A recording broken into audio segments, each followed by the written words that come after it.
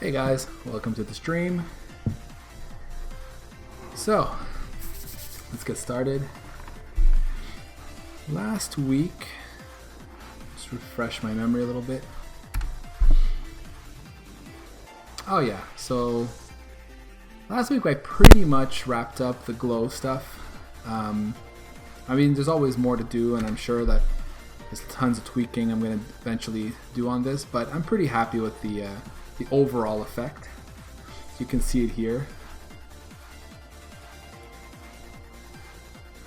So yeah, you can see that there's a glow, and I mean, like I said, like I do need to play around with the. I think, for example, it's not quite what I would have wanted. Maybe something more like this, and maybe the line width should be thick or thinner actually. Something like this. This looks decent, and put back the overlay. That's pretty nice. So yeah, some stuff to tweak there. Maybe I'll make some profiles. Definitely it cuts into the frame rate. So like you see here, I'm averaging say 113 FPS, and if I take off blur, and we jump to like 250. So yeah, definitely it's a lot of screen space effects going on there to get that working, and I can probably make it more optimal, but it's fine. So that's where we kind of ended last stream. Oh yeah, so one thing I wanted to point out is I made a couple of changes to my stream. You might actually notice, up here at the top, I put a nice little title bar. I moved the music to the top right corner, the OC remix music. What else? Oh yeah, one cool little addition, we'll see how that works out, is that if anybody writes to me in chat here, it'll actually show up around here, top right corner here. So over this like black spot on the side and a little bit over here. Anyway, I think it starts down here and moves its way up. And I don't get a lot of chat on this channel, so it shouldn't be too big a deal. And the reason why I did that is because it means that if you're watching these on YouTube later, or just at all on YouTube, you'll actually see whatever little chat happens on this channel. So I thought that would be a nice little addition. We'll see how that goes. Alright, so tonight there was one of two things I wanted to work on. One of them was starting to address some of the bugs, like the known bugs that I have in some of the ROMs.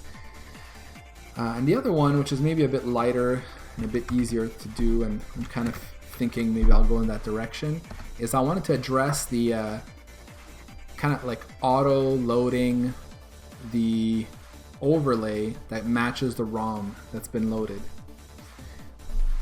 And part of that, I think, is also like providing some kind of open file dialog. It's just something I did in my NES emulator. Was if you ran it, maybe if like for now, if you press a key or something, it can show a file load dialog, and we can try to load another ROM, and that just gives us an easy way to kind of try different ROMs and stuff, and then after that, try to see if I can match overlays.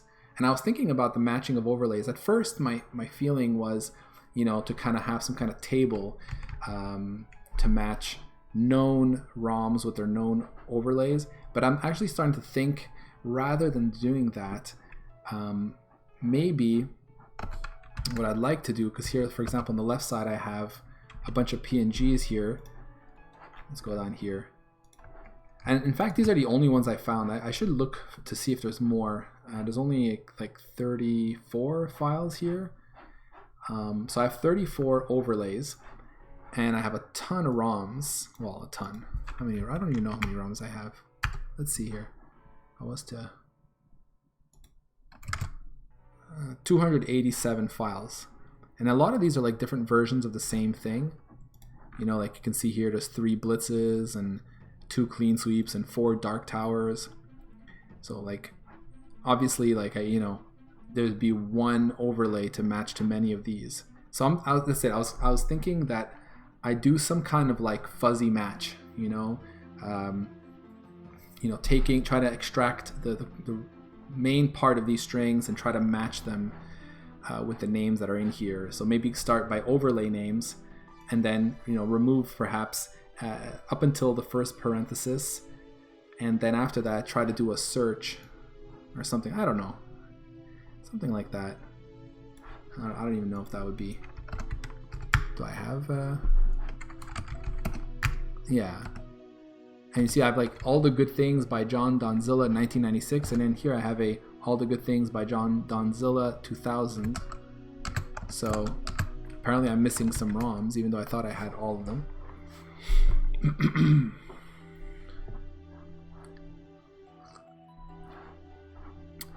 So yeah, so why don't we start just with seeing if I can do the file load dialog thing.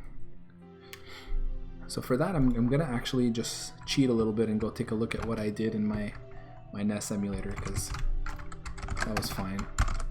And I think if I recall, I actually ended up using an SDL function to make this work.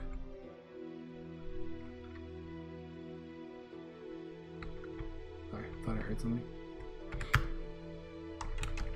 So what was it again? I guess I can open.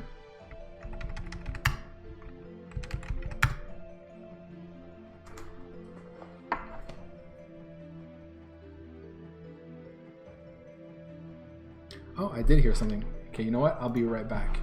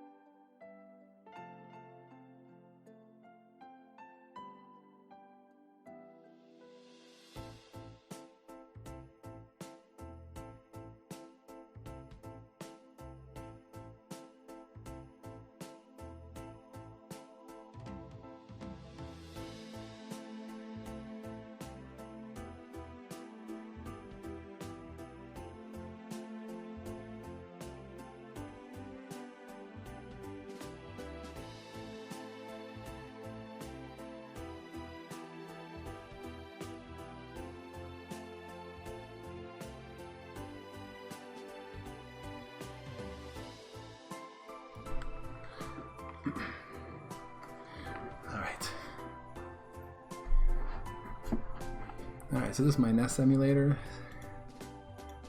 And the thing I wanted to take was, where I put it, system header.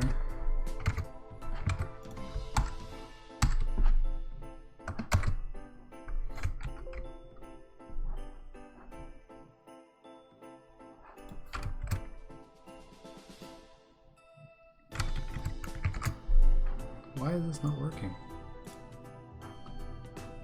All right. Right, I'd written this open file dialog.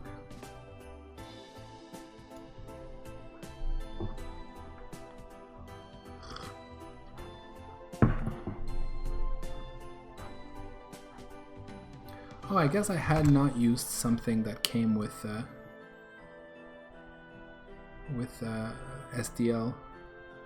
I'm using a real open file dialog for Windows, and then I didn't have it working for Linux.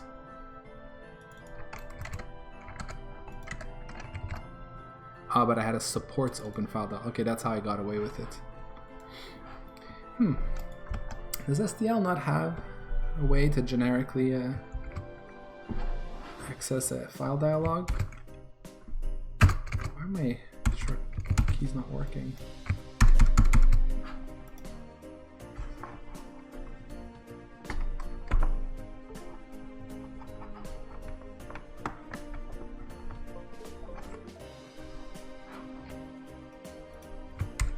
Alright, that's better. Now maybe this will work. Okay, there we go.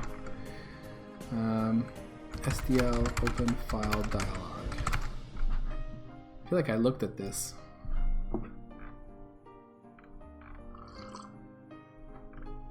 Okay, that's it. There wasn't any way to do it. So that's why I ended up writing my own thing.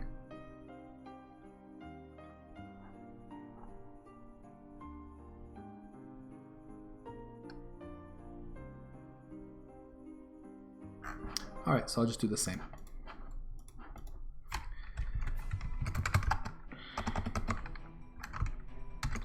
In my case, I'll put it in the more aptly named platform.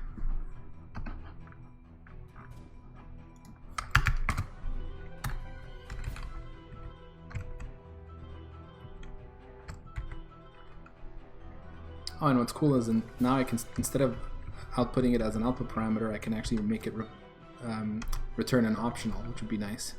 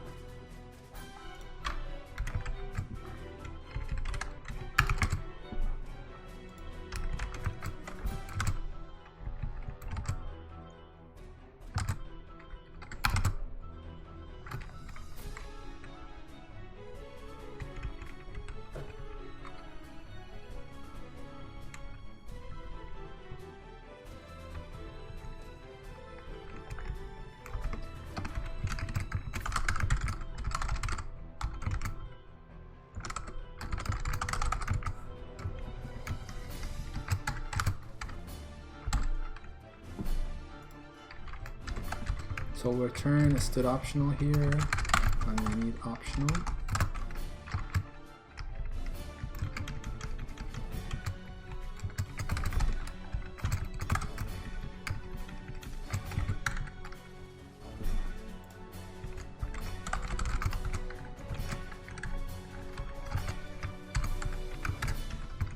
Otherwise, return empty, null opt.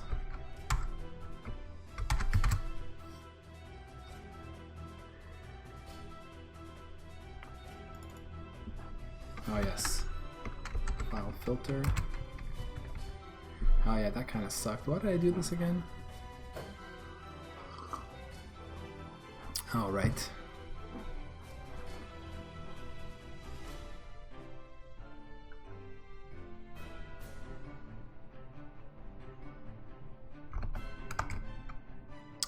Yeah, I don't like that I did it this way.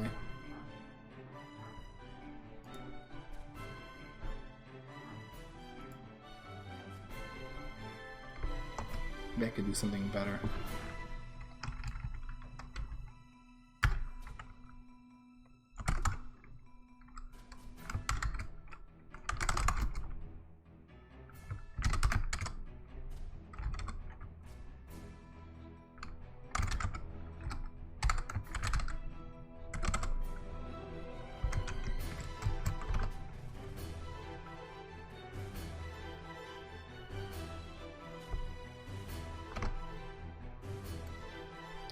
Okay, you know what I'm gonna do?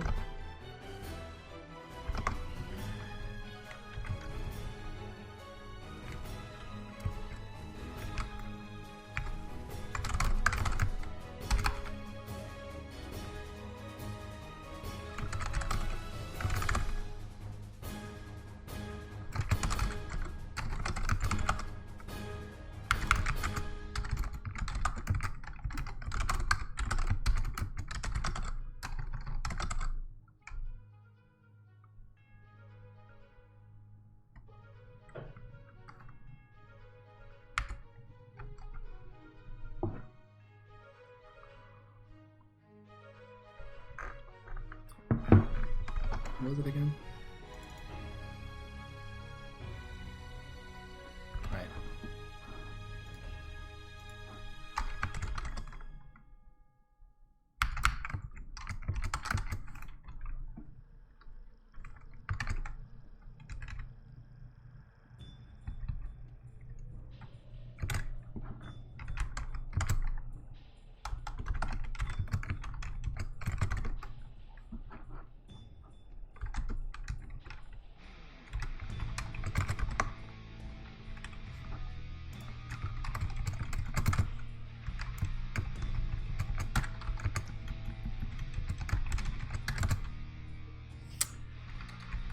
So now I must construct the filter that we need. And the way it looks like is you're supposed to take the name,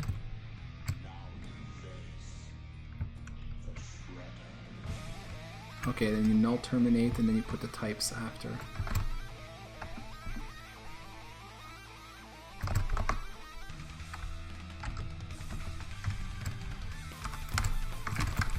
I'll pluralize that.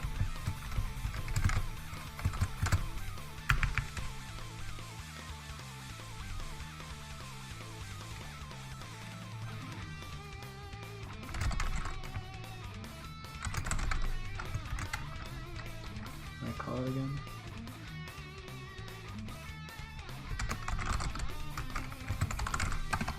Formatted string.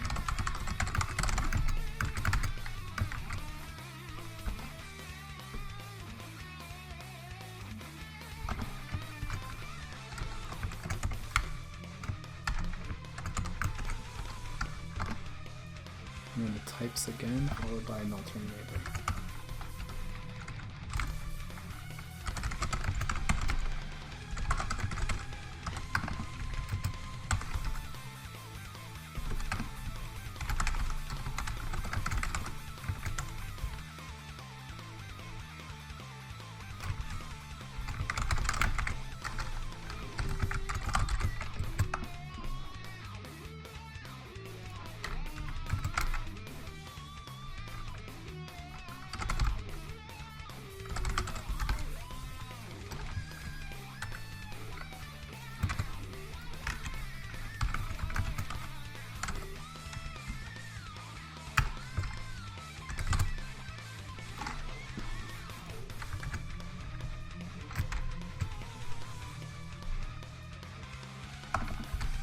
Okay. I prefer this version to the one that I wrote in my NES emulator. So let's see if this actually works. So what we want in SDL engine here,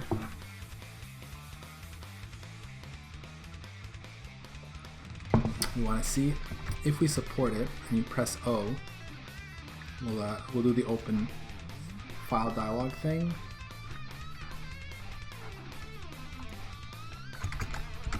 Or do I want to do it in here?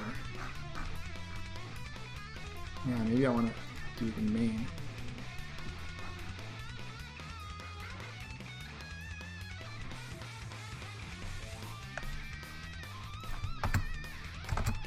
Maybe we'll create an emu event for it.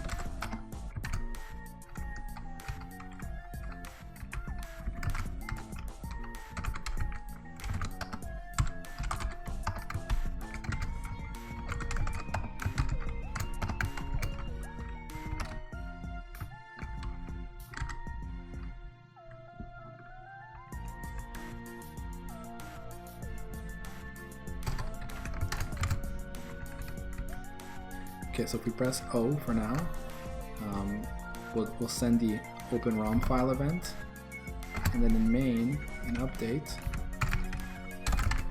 if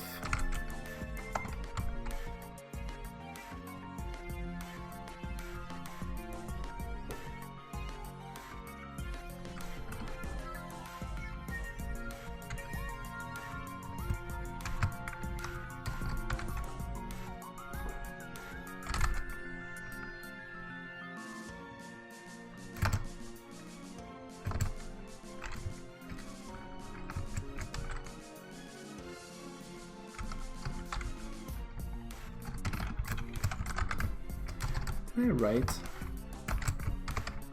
a find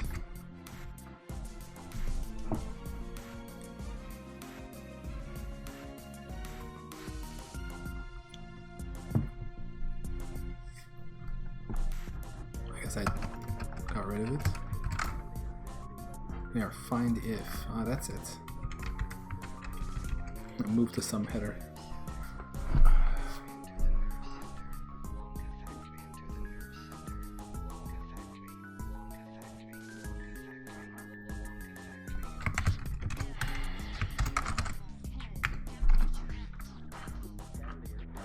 For lack of a better place, I'll just put it in here.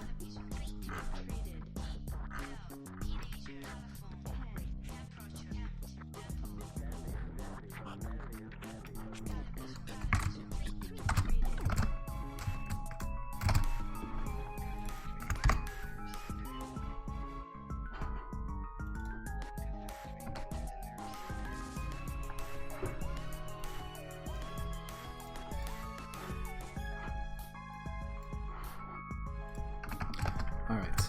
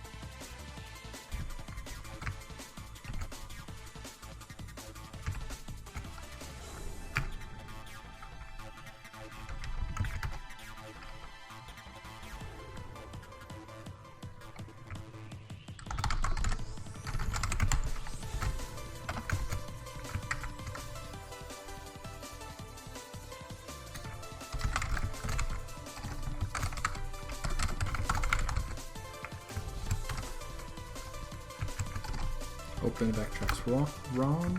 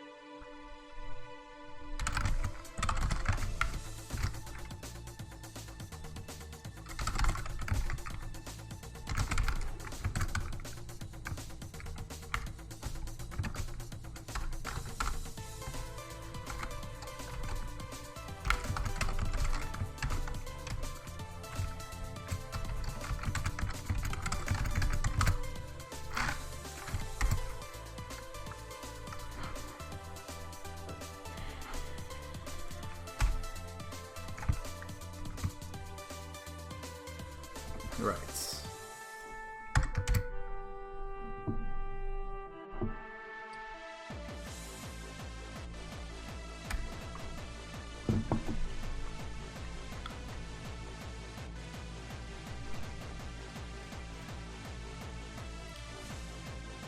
So I want to handle this here because I think this is the right place for me to reset which ROM we're going to be using.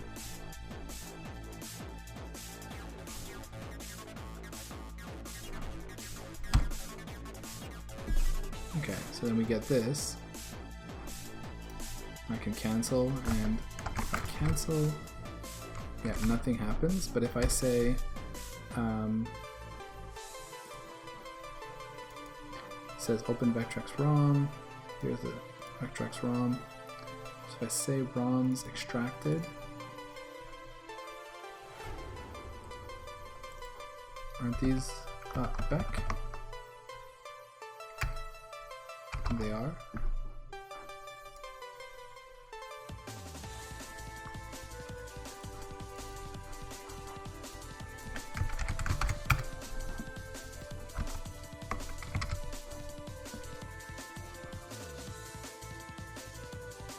Okay, so there's a problem right now with my filtering.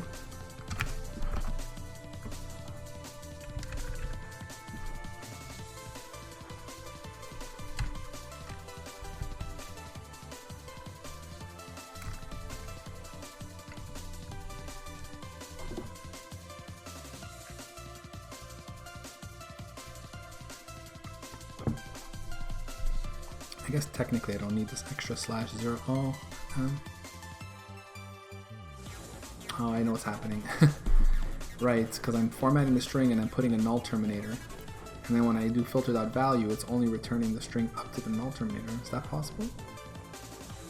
No, not really, right?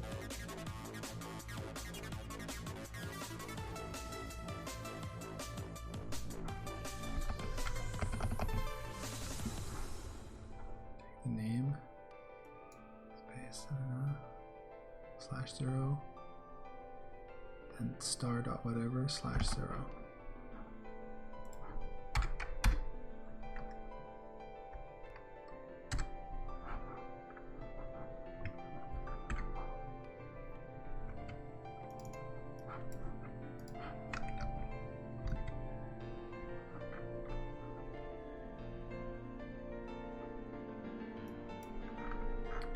Like if we take this buffer here and just look at it in, oops, in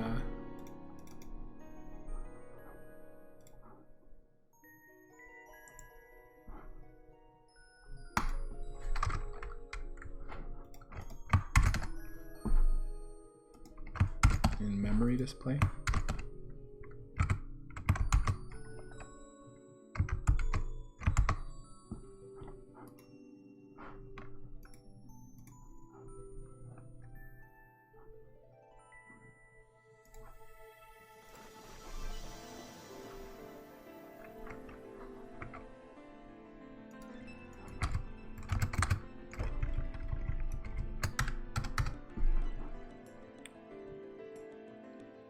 Yeah, that didn't quite work.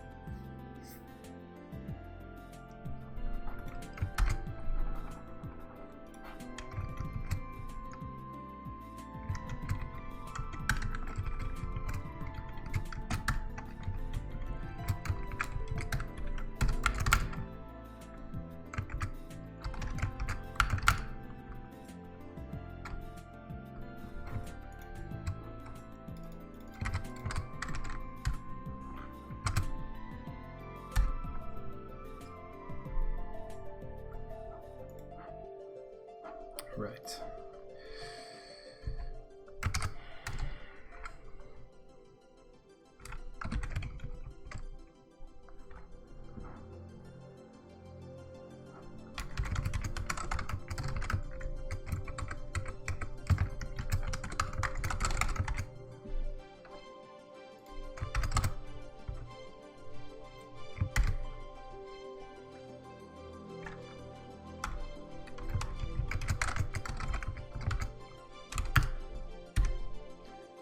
Let's see if this works.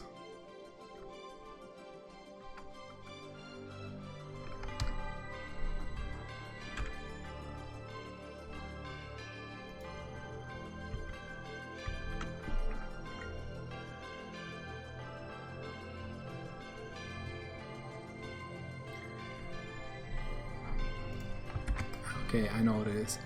It's because I need to escape the null terminator. So maybe I could go back to what I had before. I think that makes sense. I just need to... I think if I escape it, it might work. I don't really think I need the last one here because it's going to put one in for me. Okay, does this work?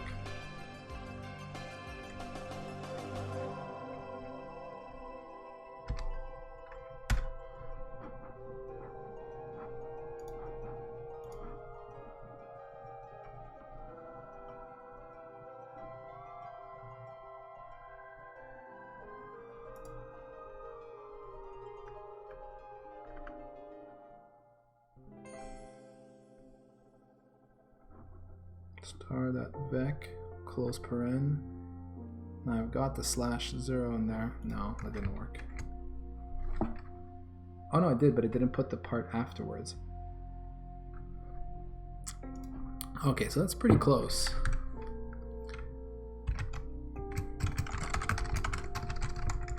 Okay, so it's going to be a combination.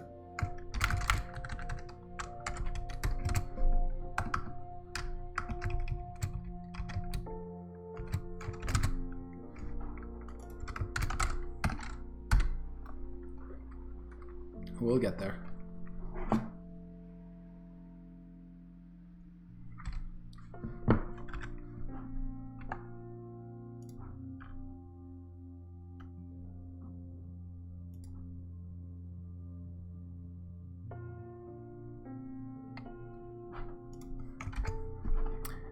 One extra, too many.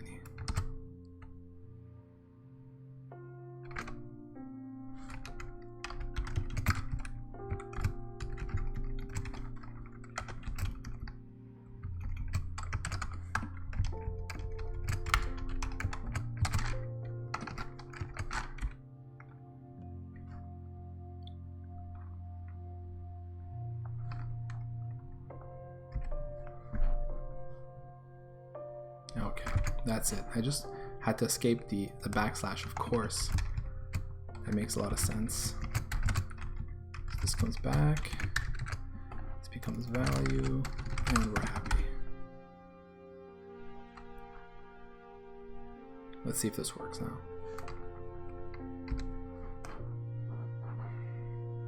Yeah.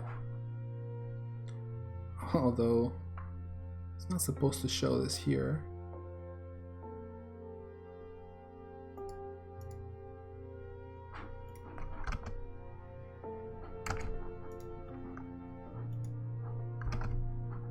Vectrex ROM star.vec, and then it should not show this /0.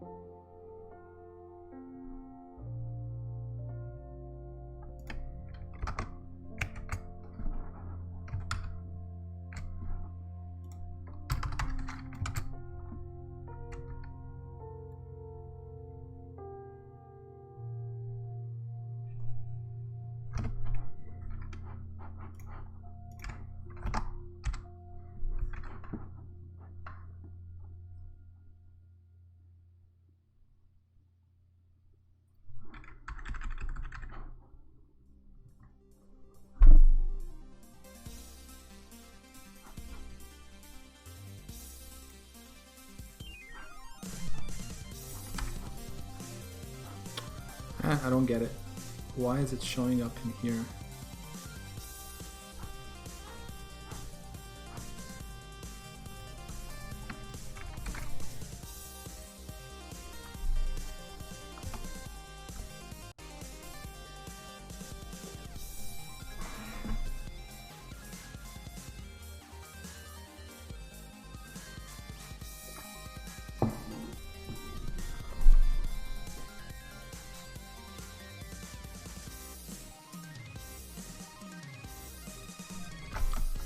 You know what?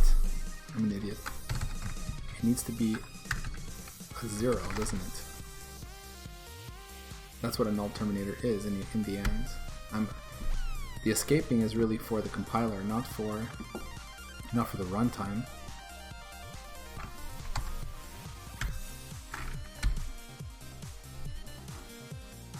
It still shows up here, which is a bit strange.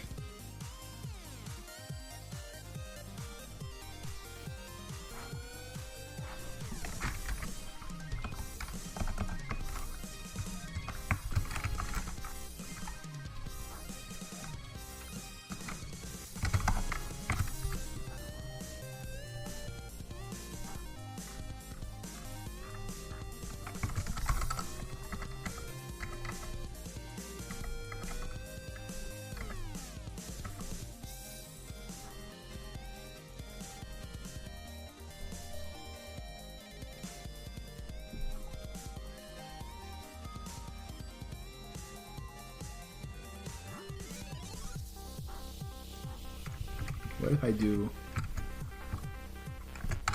%C, %C, filter name, filter type, whatever the null terminator is supposed to be, then whatever the null terminator is supposed to be. Does that work?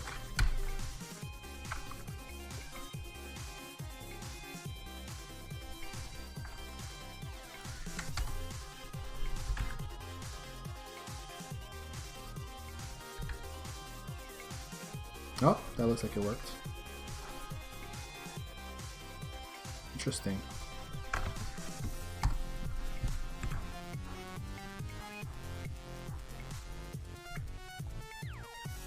Ah, there it is, our /0 that we wanted. Okay, now it makes sense.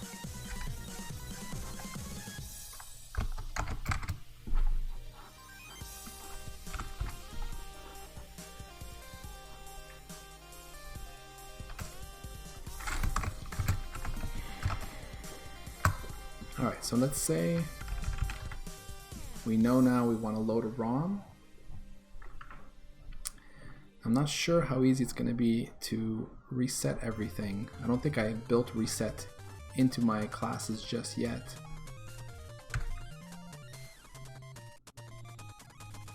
I'm going to have reset on my CPU here, but let me see, did I?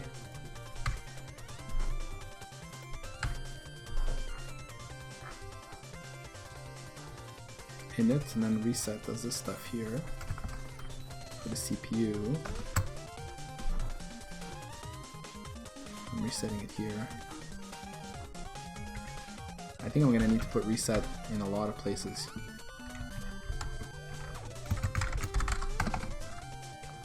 Okay. Yeah, this is what I'm gonna do.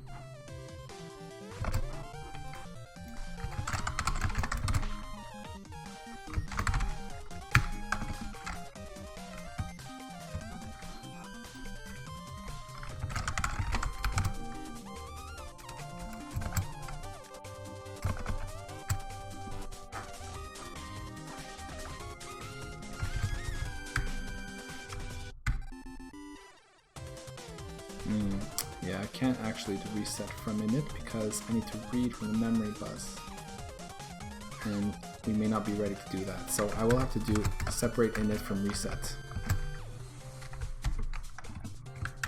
and that's fine.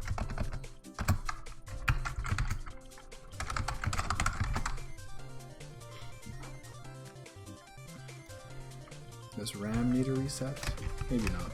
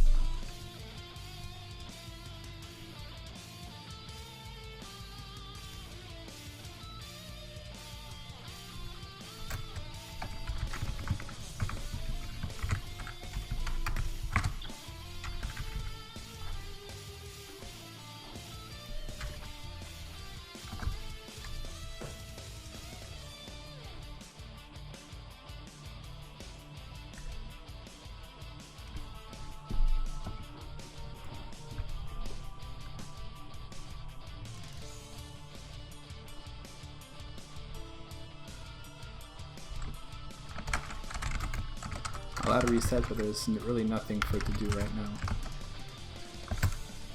But just for completion.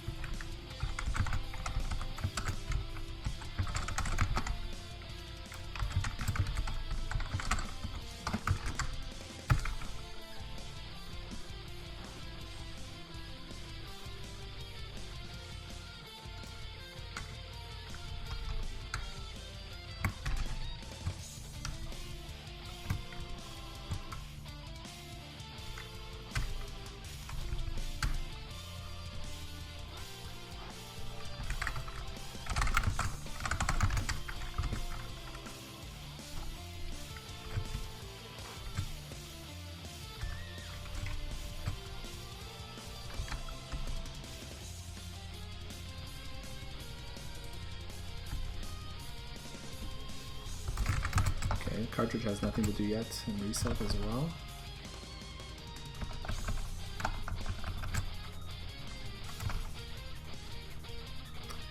Starting to wonder whether I should be bothering doing resets on things that don't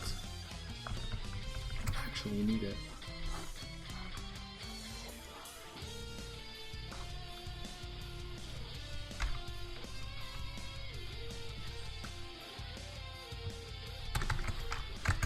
You know what, forget it.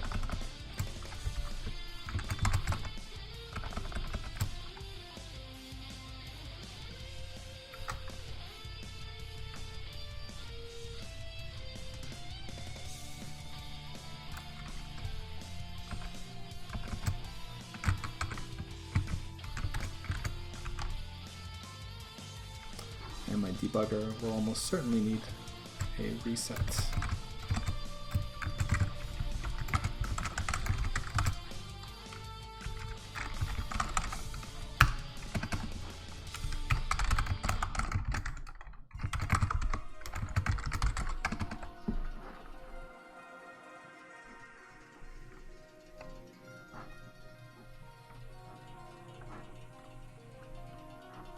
Although there's not much it needs to do.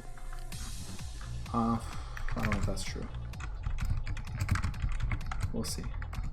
I think I might have some globals that I need to reset, and honestly these globals shouldn't be globals anymore.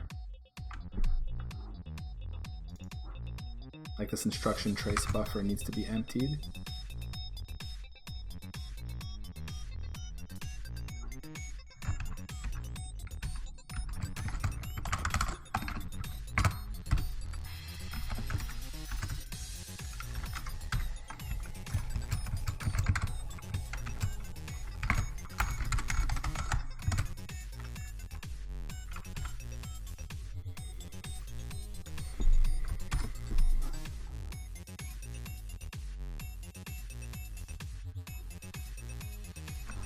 Probably clear my breakpoints.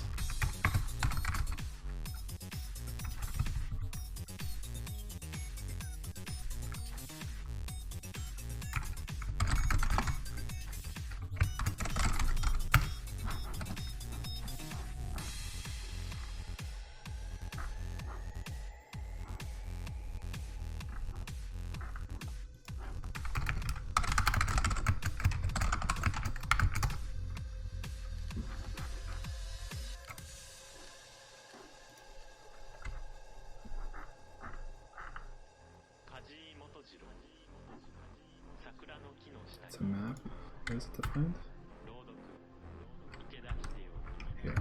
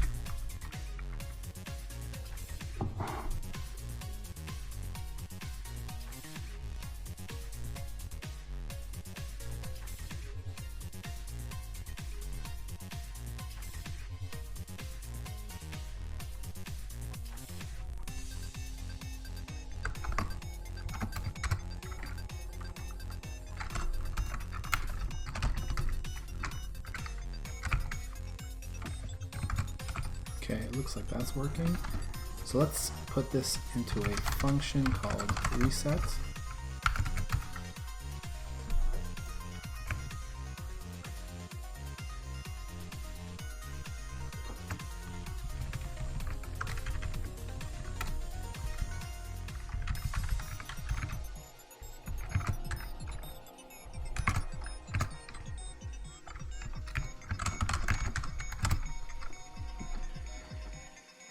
And if we were able to get a result here, we will take the cartridge, do a load ROM with the result.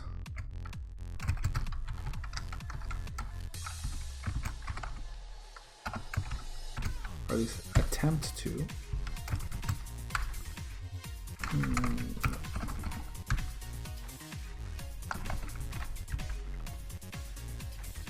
Yeah, I should probably make this return whether or not it actually was able to load. So I'll to do return true if successful.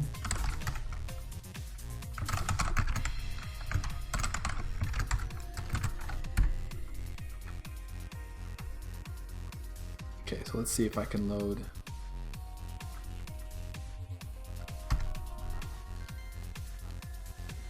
Let's try and load Berserk.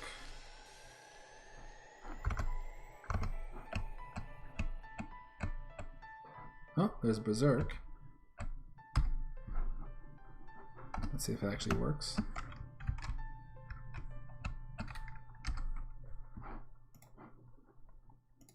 Clean sweep. Oh, this is cool.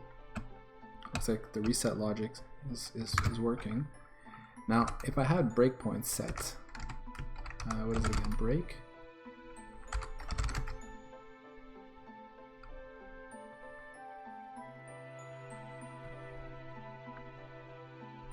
Alright, there's an info break.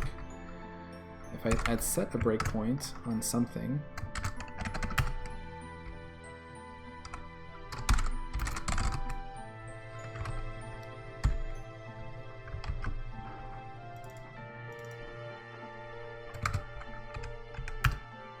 no more breakpoints, okay.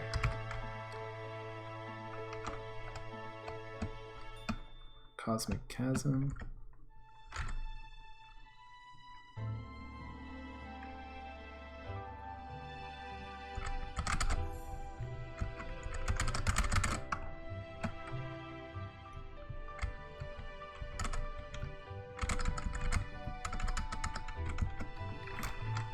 Let's try to open another one.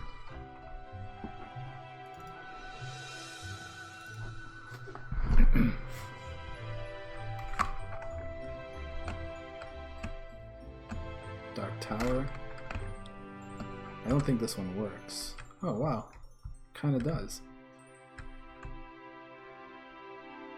Where are all the trees though? It's supposed to be rendering trees, I think, so it's not quite working. Score is 0, player inventory, 5 reserve troops, 2 bags of gold. Whoa. Oh, I just saw a tree there.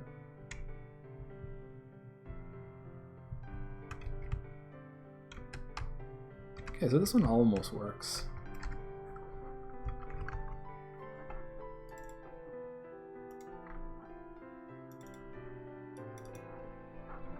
Fortress of Narzad.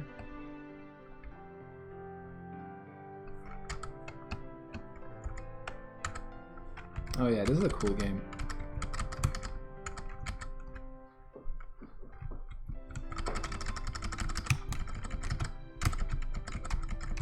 You can actually bounce your bullets off the walls. It's kind of neat.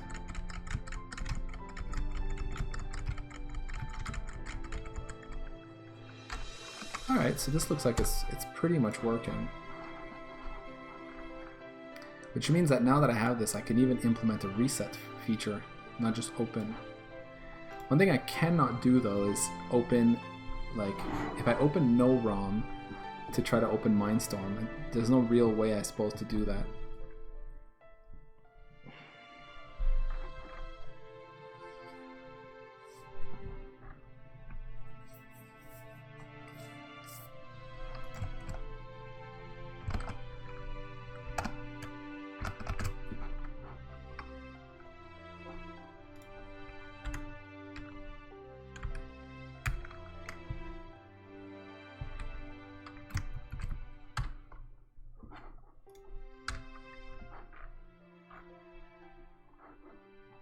Okay, so let's, because I have this validate ROM thing here, so let's change this here. Is valid ROM.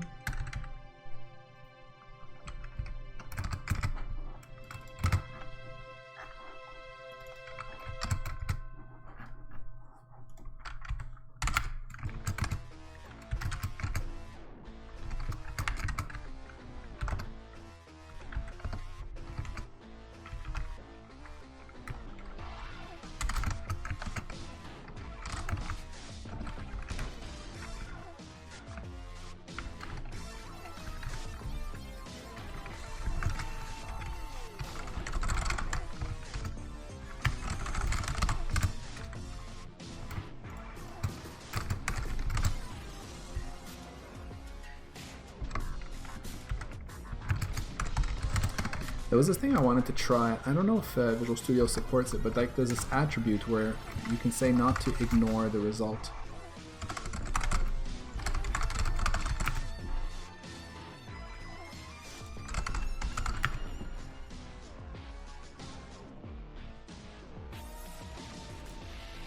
Attribute unused. That's not the one.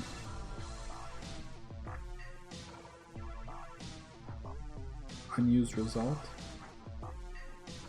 Attribute warn unused result, but is that an extension? That's plus 17.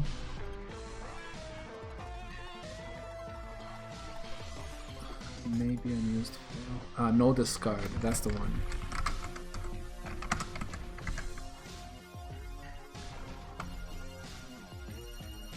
Let's try that.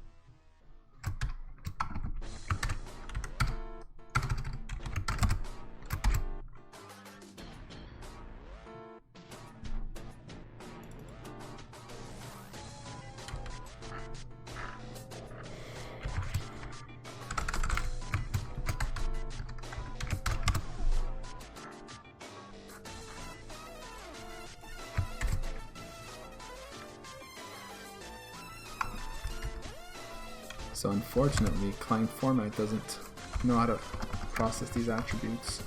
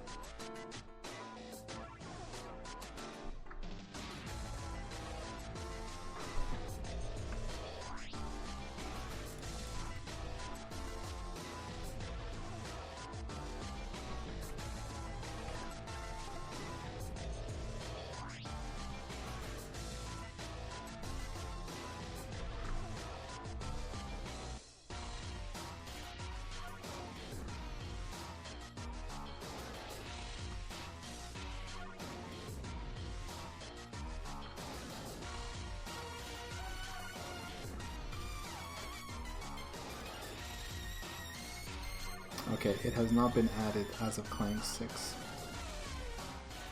This was posted December 5th.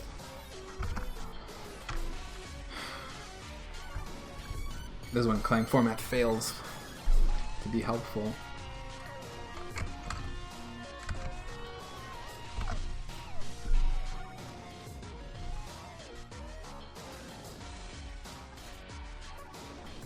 Can I do this? Nope.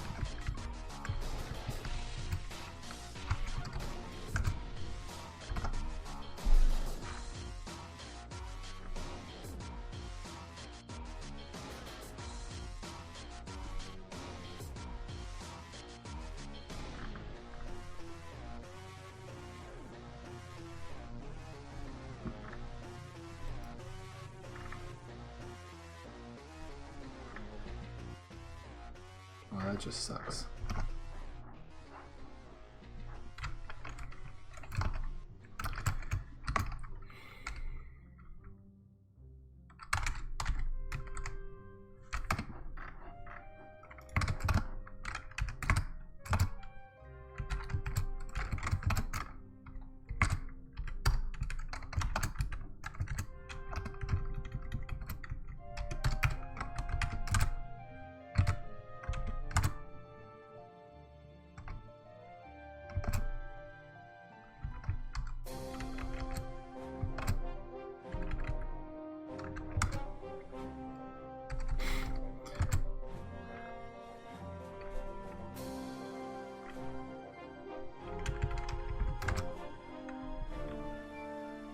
That's just silly.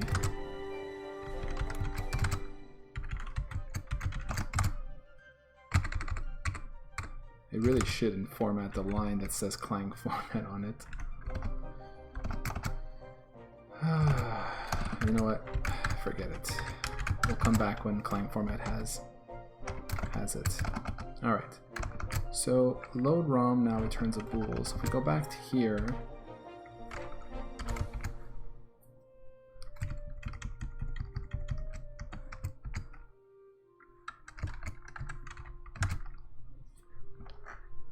now, in fact, I should probably do something like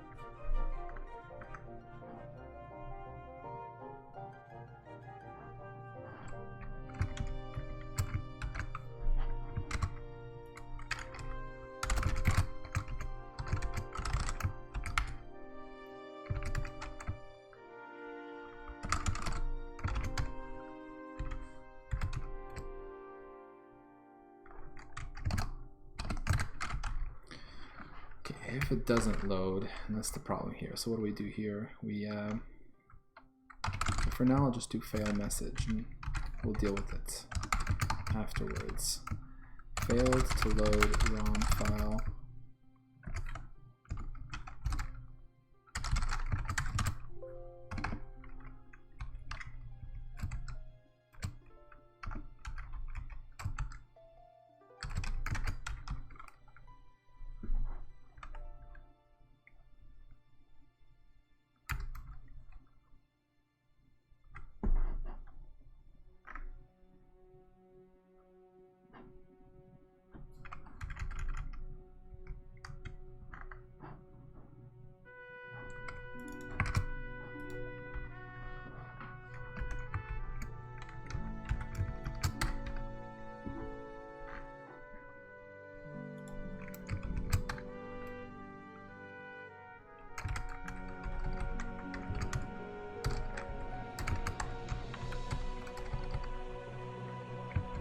I don't know if I should put the reset inside there.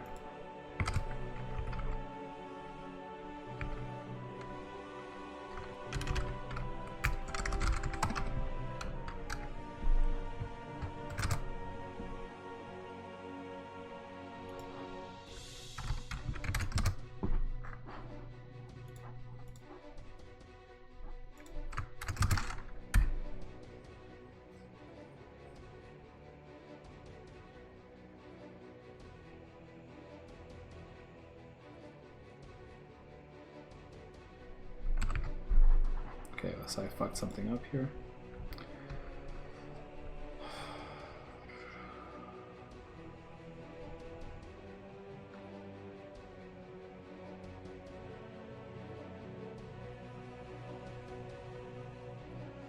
All right, I have to call reset here.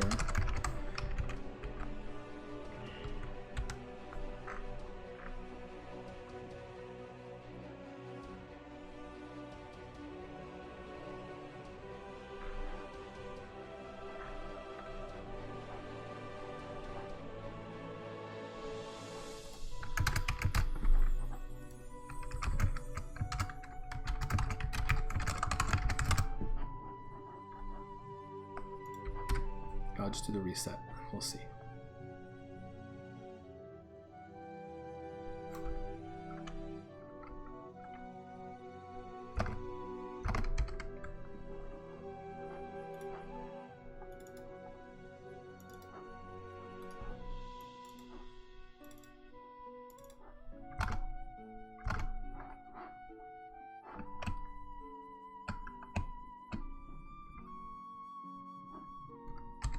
So what if I tried to load something invalid?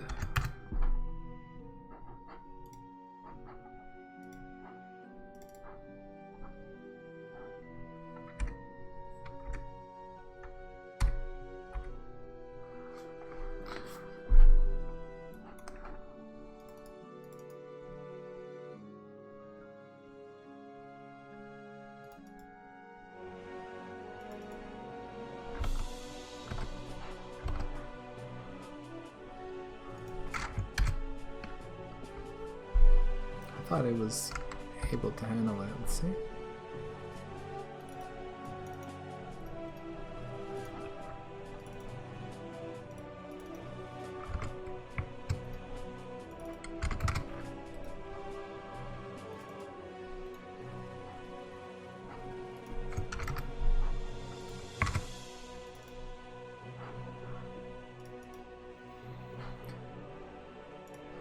Fail. There's a throw.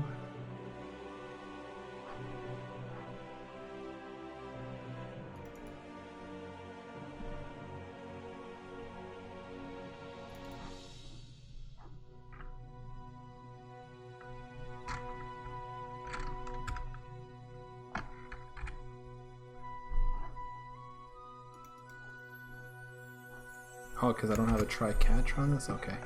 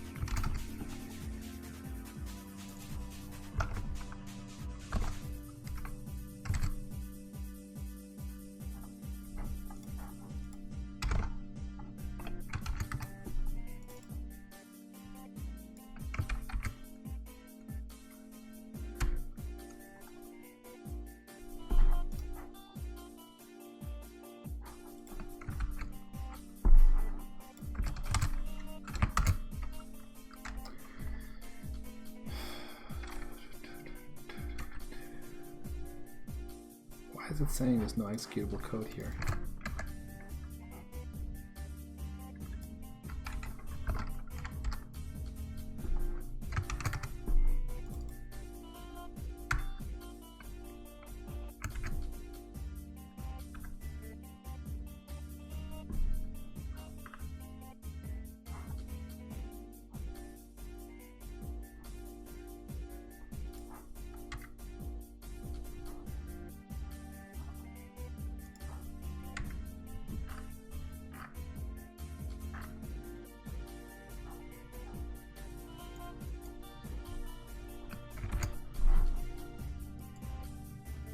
What am I missing here?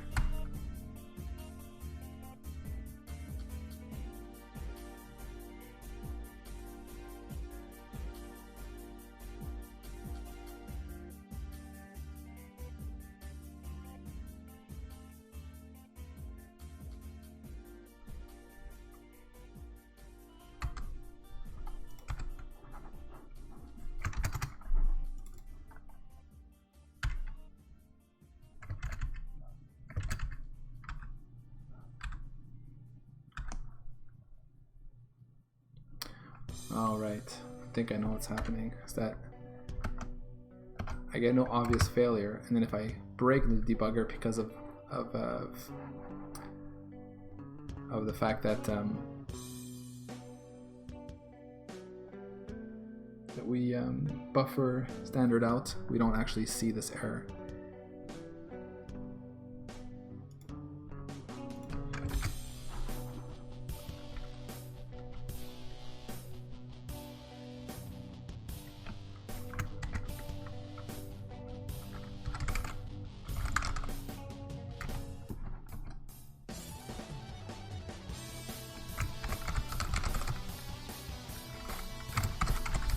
Remember what I do here.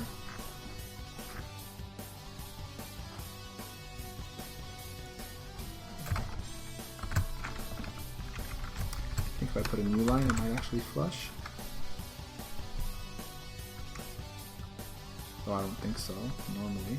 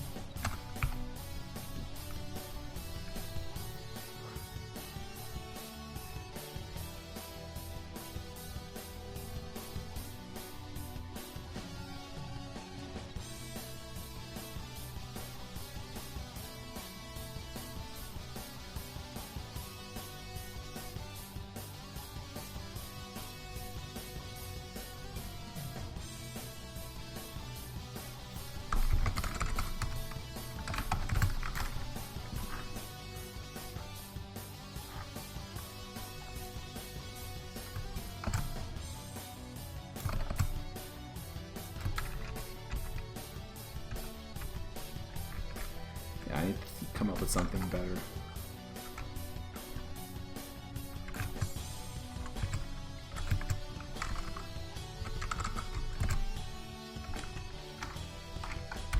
I don't know if standard error would work here.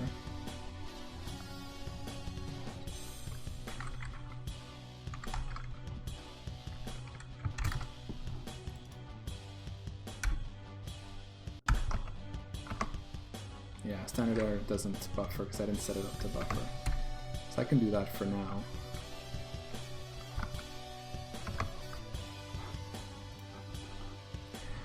All right.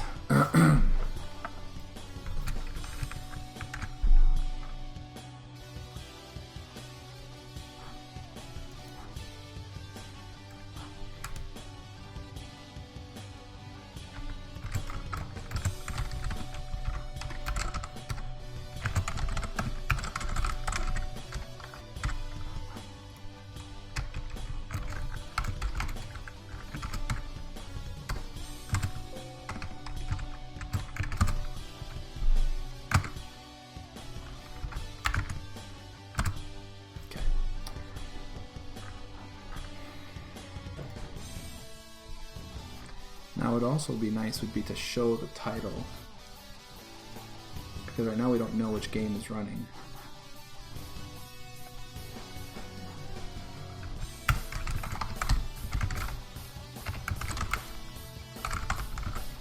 show game name title bar. So we'll do that another time.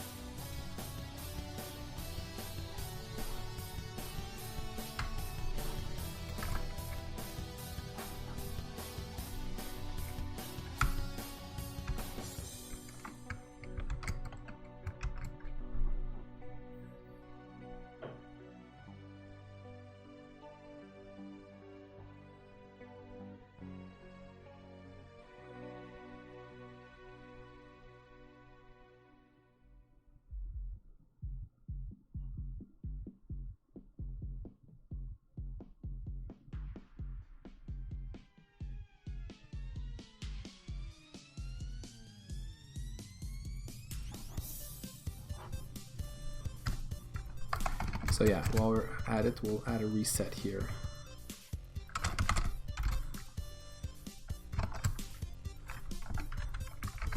What I'm gonna do eventually is rather than do this kind of find if through the events, I'm gonna have some kind of visitor, like a visit function where we can provide a bunch of overloads for handlers based on the type of event, and then we'll be able to do this more efficiently and cleanly.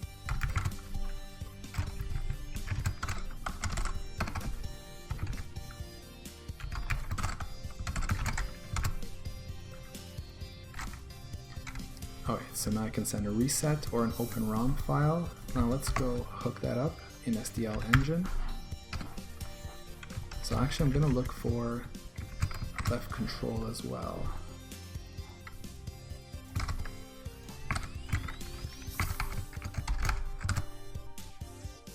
So left control O will be load. I mean it will be open. Let's do control R for reset.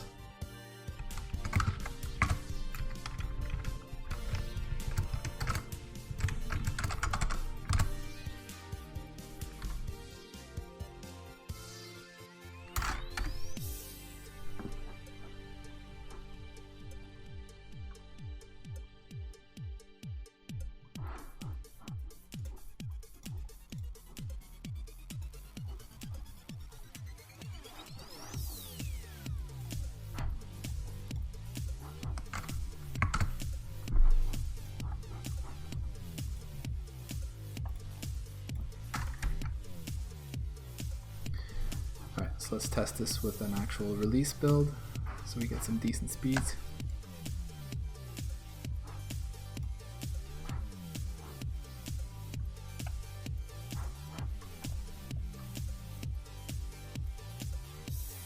Okay, so right now we are playing Mindstorm. Control R resets it. If I open and I go to ROMs extracted, it would be nice if this would remember. Take out my breakpoints. Now, yeah, I really need some kind of name up here to know if this actually worked. So that's Crazy Coaster. Reset. Crazy Coaster.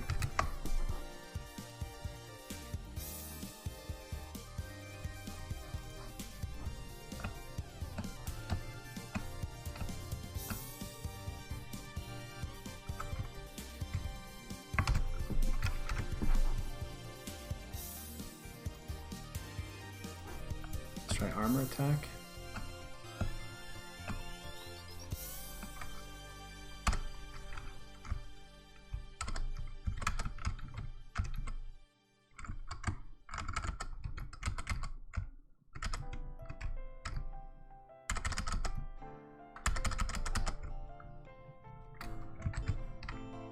Oh, and reset. Okay, so this looks like it's working.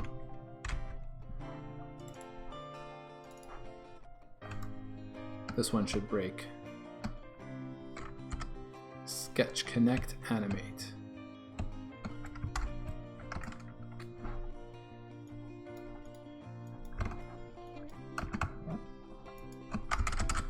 Does it just like hang here?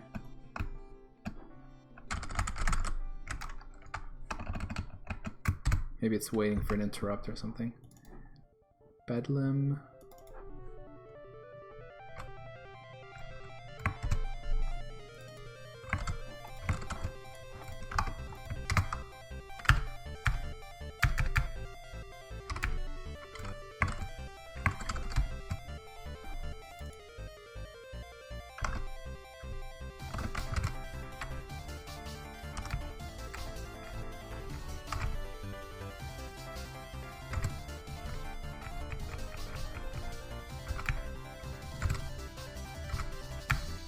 Why are we not running? It looks like we're always stuck here.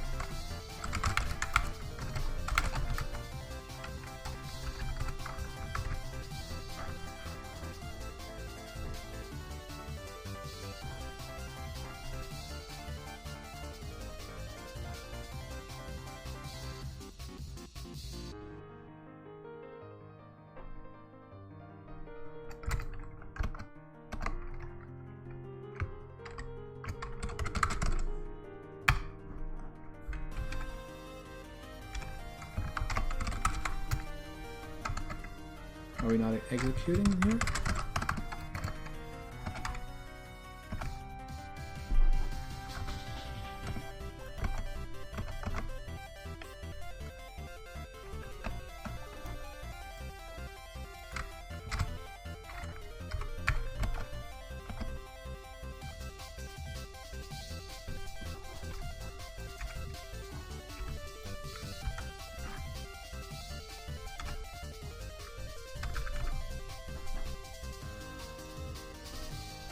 What edits were made?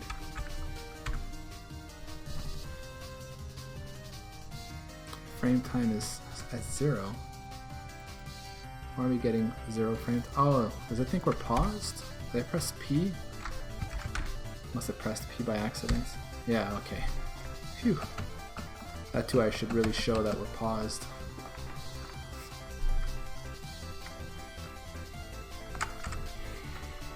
Okay, unhandled op.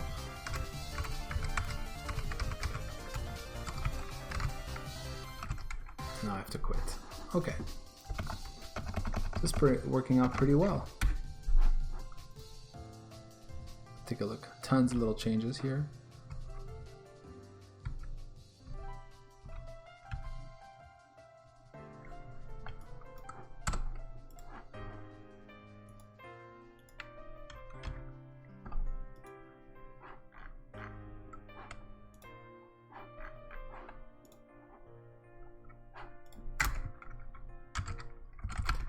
Add support for reset and opening an open ROM file.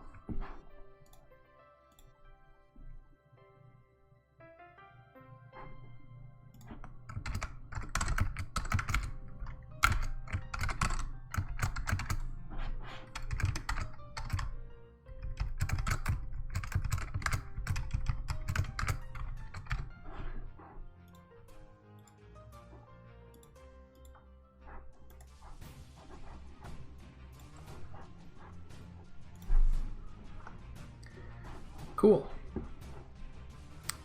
So now we're just that much closer to doing the overlay thing. Okay, so I'm just gonna go to the washroom and I'll be right back.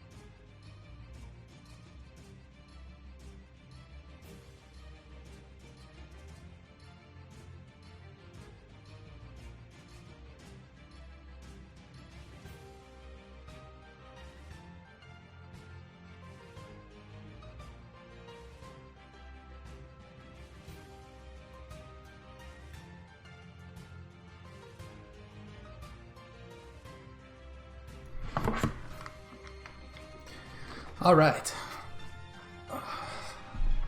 So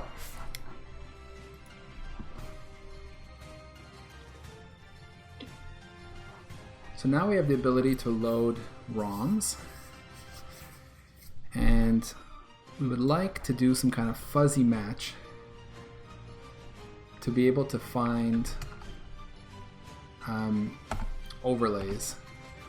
I was thinking a little bit about this, and let me go back here, excuse me. Like right now I have this overlays folder.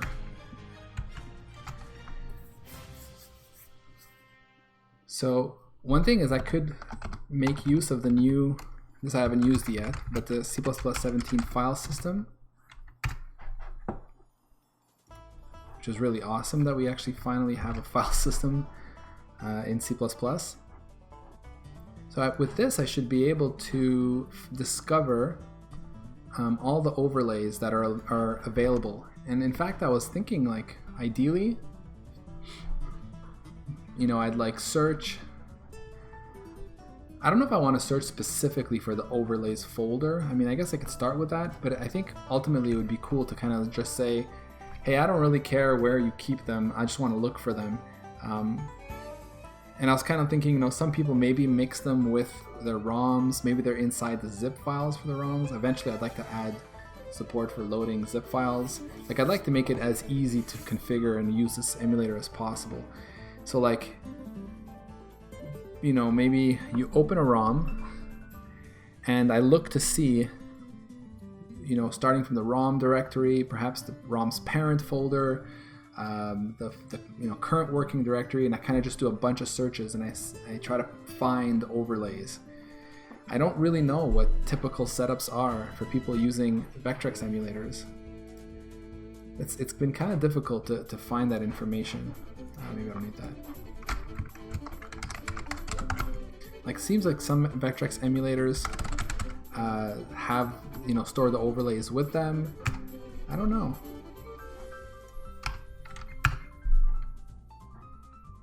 Yeah, and I think this is where I got mine, from vectrexworld.com.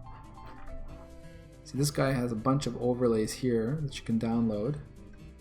And there's only a couple for homebrew games, and then I saw somewhere there was a link for a zip, and that's where I got mine.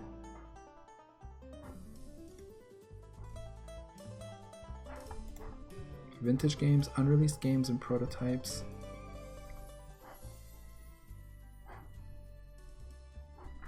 So how many are there? 4, 5, 6, 7, 8, 9, 10, 13, 14, 15, 16, 17, 18, 19, 20, 21, 22, 23. 23 of those. What am I at here?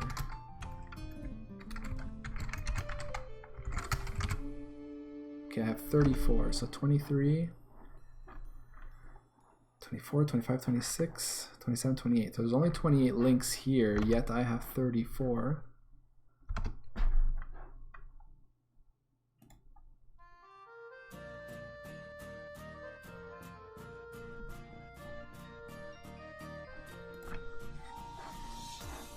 Oh, here it says, see also,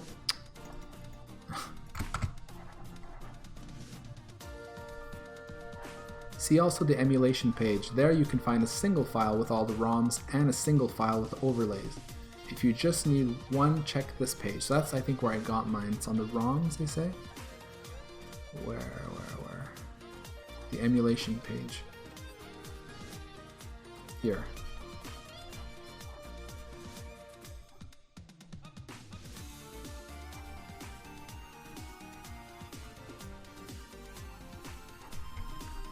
See, I'm just looking here. He's actually giving some hints for how to use different emulators. For MES, you have to put system.img, so I guess that's the BIOS ROM that I have here somewhere. Where did I put it? Mine's BIOS ROM.bin. He's saying system.img. In the map, BIOS Vectrex. Right, put overlays unzipped in artwork Vectrex. So MES is, I know it's a multi-system emulator, so I guess that's how they put things. So they have a BIOS folder, an artwork folder, and then put ROMs and software Vectrex. So they have a very specific layout. I'd kind of like to avoid having it be so hard-coded for my Vectrex emulator. You can also download MAME to run the original Vector arcade games. Okay.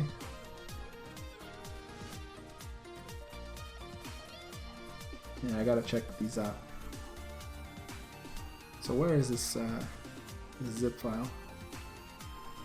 Oh, here. Link to overlays, link to BIOS,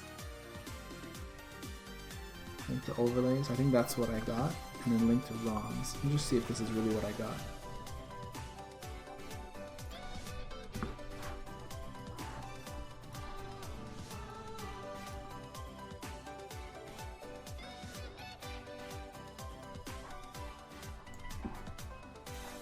It's a bit different from what I have. Because I have gotten all the ROMs in 7Z format like this.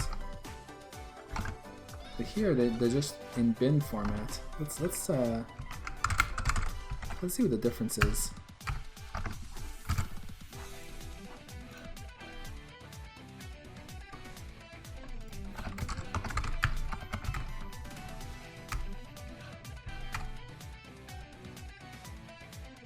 Yeah, definitely I think my collection here is much more expansive here. I have 287 files and only 56 on this side.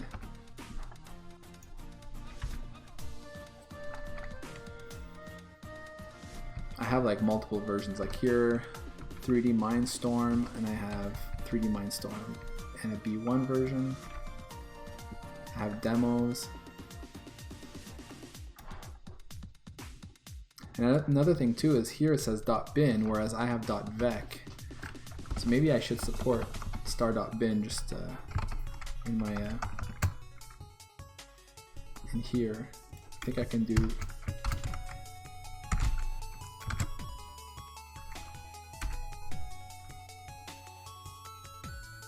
Is that how it works? I don't remember if it's the pipe or the comma.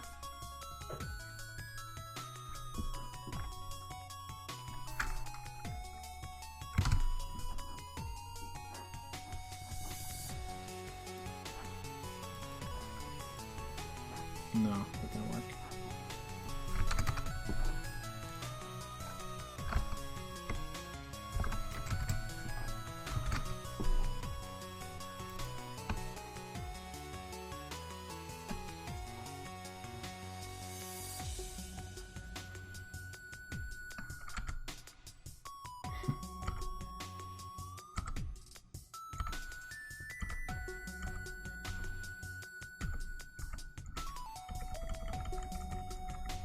A Magic 8 Ball program. That's cute.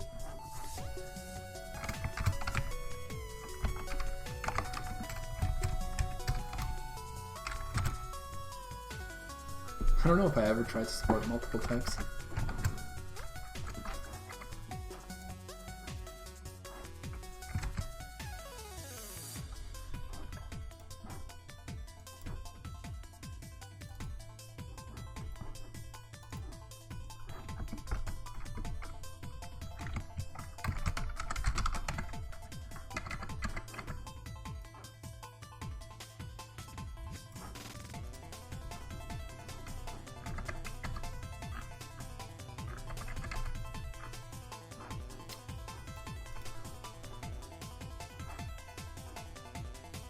Specify multiple file patterns, use a semicolon. Oh, okay.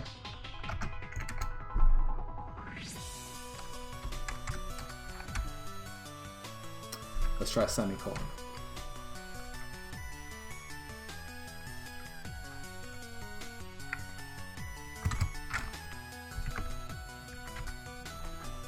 Really sucks that it doesn't remember. Okay, so there's bin files. Is even an Etch-a-Sketch program? Okay, that doesn't even work.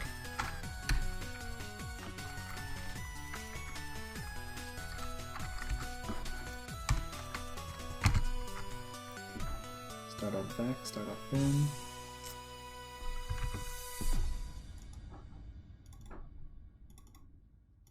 that still works. Okay. All right, and then let's take a look at the, so that was all the games, and then I had a download for the overlays, and I think this is the one. Yeah, this looks like the one I have, because it's a mixture of these art files and PNG files.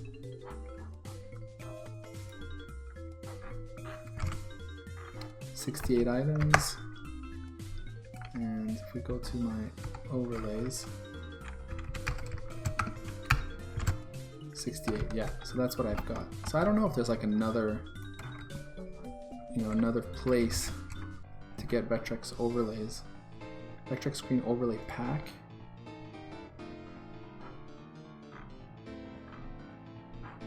Image count 36.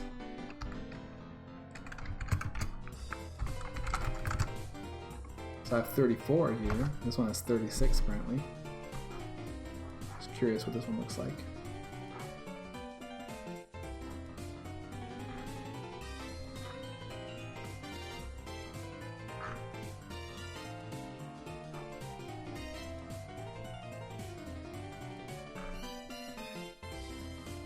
Okay, you need an account to download this, whatever.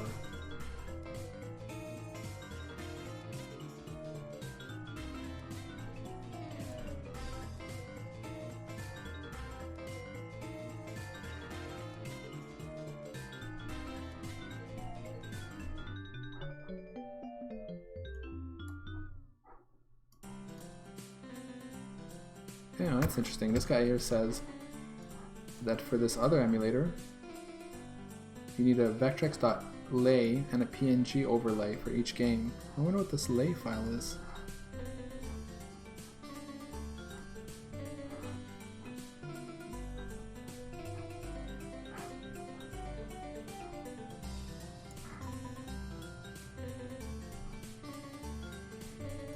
Okay, apparently it's old.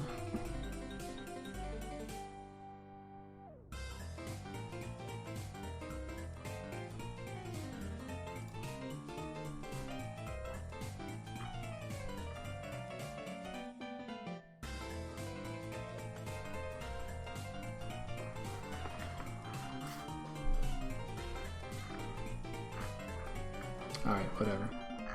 So let's just go with what we have right now, and we'll see how it goes.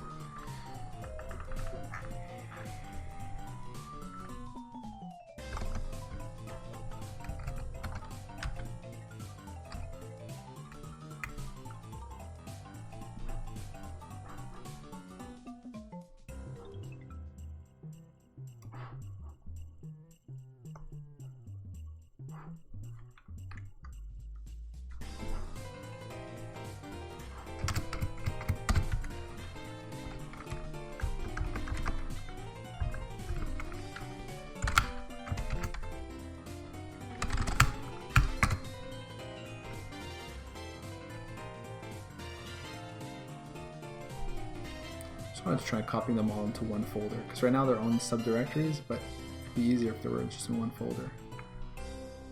Yeah, flat like this. So that's it, 287 vec files.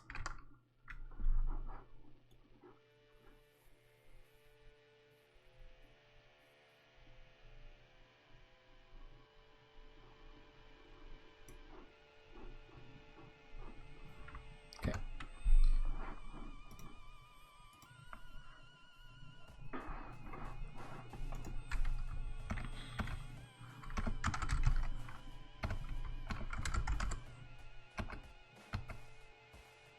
So see here, I see armor attack by GCE, where here I see just armor attack. Bedlam, so I guess I could maybe ignore the by GCE. And any dates. Berserk.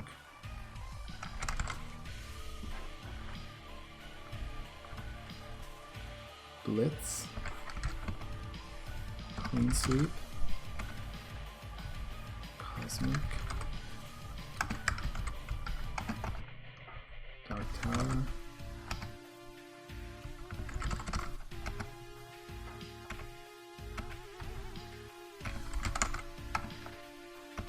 Heads Up Action Soccer.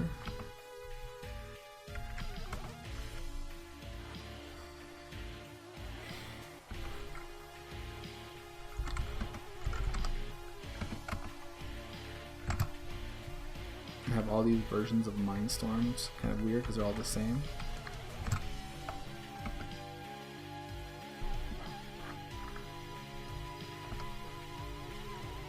Then we even have Mindstorm 2.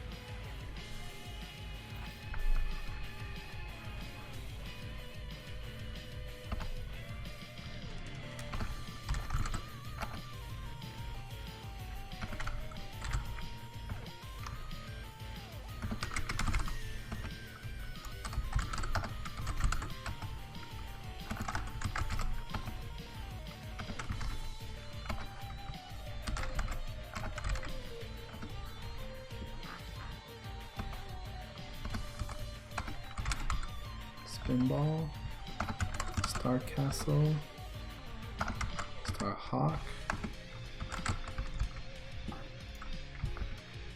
Star Trek the Game. See, here it's called Star Trek the Game, and then here it's called Star Trek the Motion Picture. See, that's going to be annoying to match.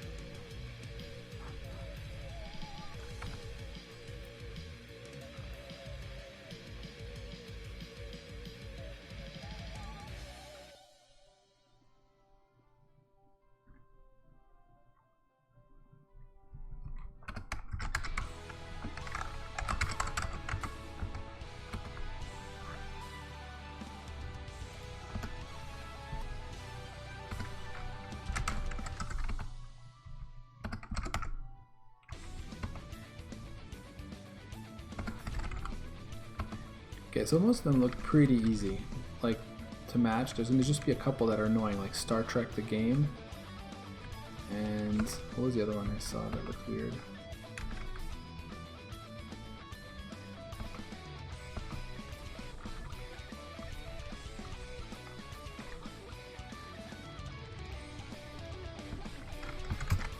Was it the soccer one?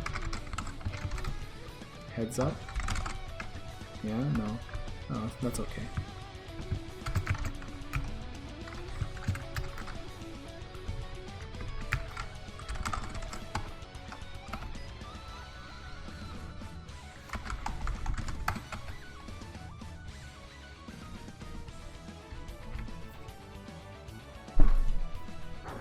I'm wondering if we should just do like kind of like a word matcher, you know?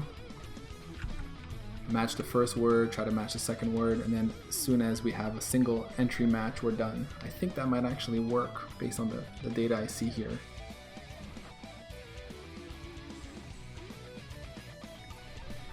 Okay.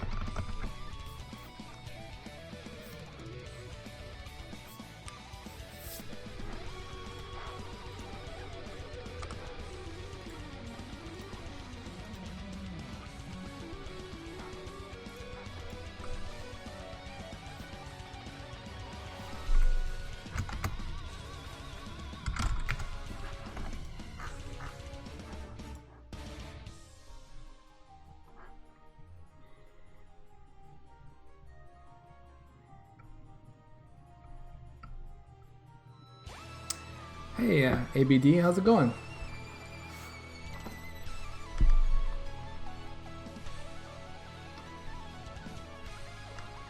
Thanks for joining. I actually wonder if we saw your chat on my on my screen, because I have this. You can't see my mouse.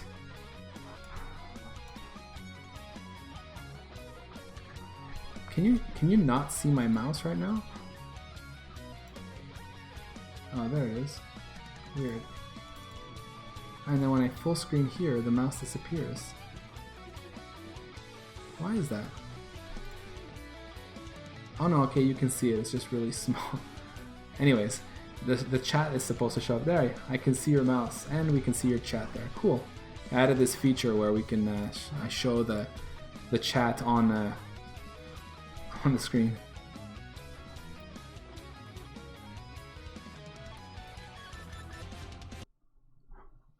I think it's because when I go here, it's this like thin cursor, so it might be hard to see, but it's there.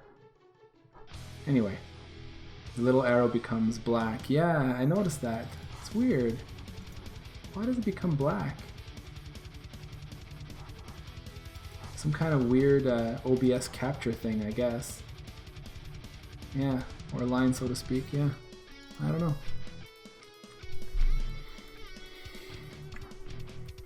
Alright, so I'm working on, I want to work on basically trying to match overlays with ROM so that when we load them, it loads the right overlay, if it finds one, that is. That's the thing, right? I might not find one, so in those cases we'll want no overlay. Yeah.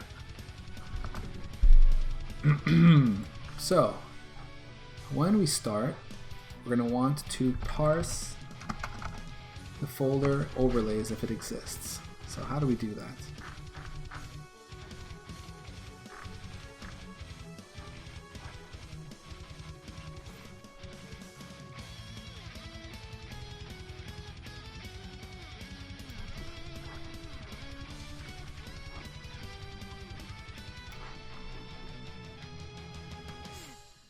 Experimental. I guess this is not up to date. Okay, the function I described this page was merged into the mainline ISO standard. See system files. Oh, okay, here we go. I was looking at the experimental one. So namespace fs equals std file system, and then we do, this is to create directories, but I want to iterate over that. Oh, okay, there we go. That looks pretty nice.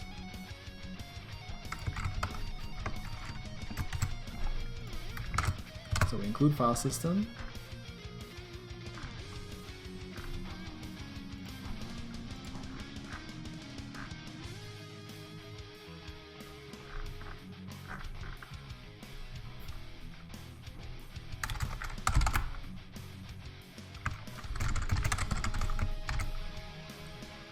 Load overlays.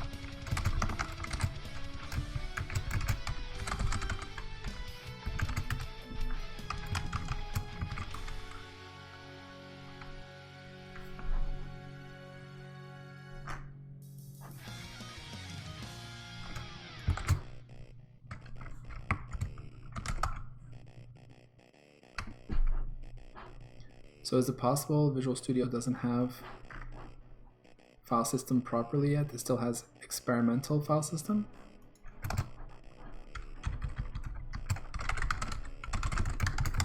That's kind of surprising. Let's see.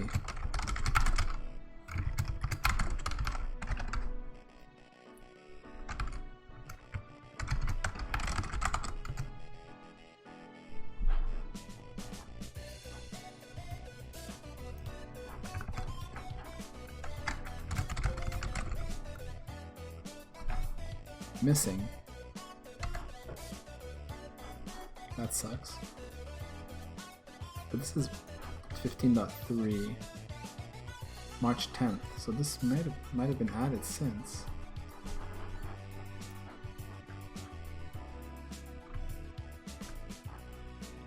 15.5.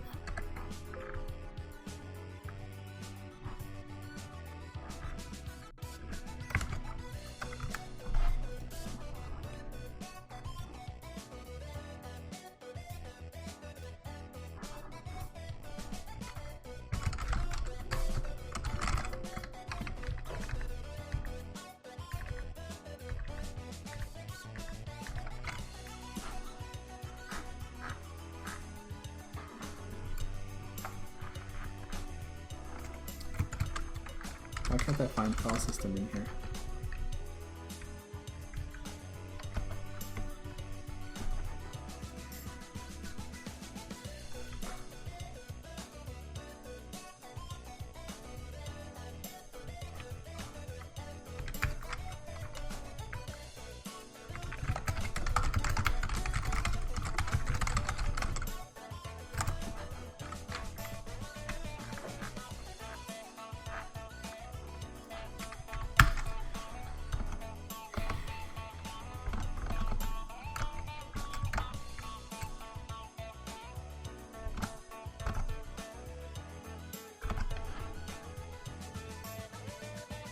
This is a directory entry.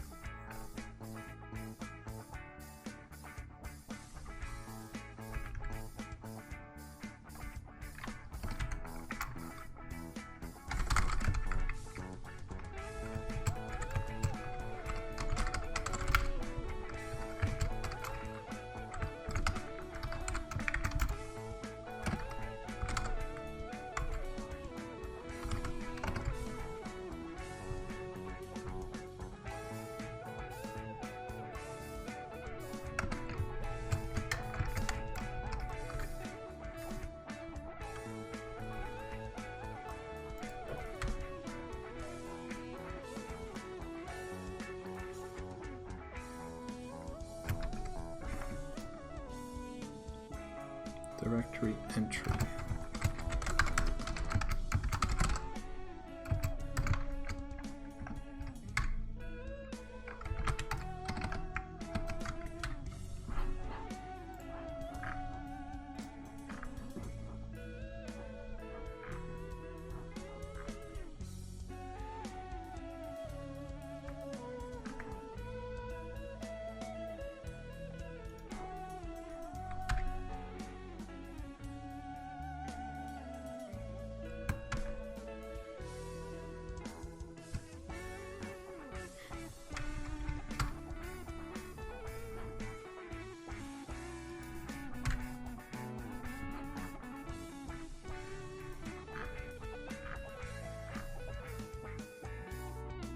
Like, how do you get the actual path string?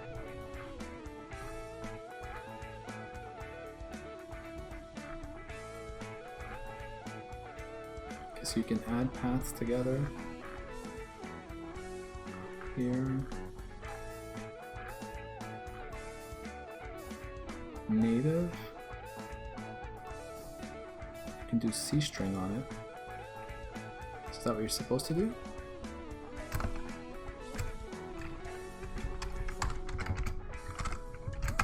Dot path.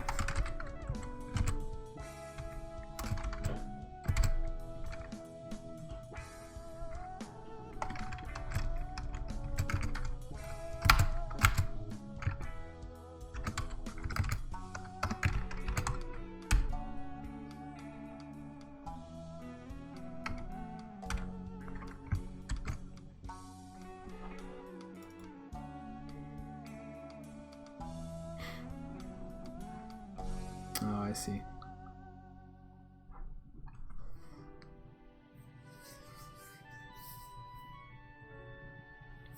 Okay, so it's like in some kind of Unicode format.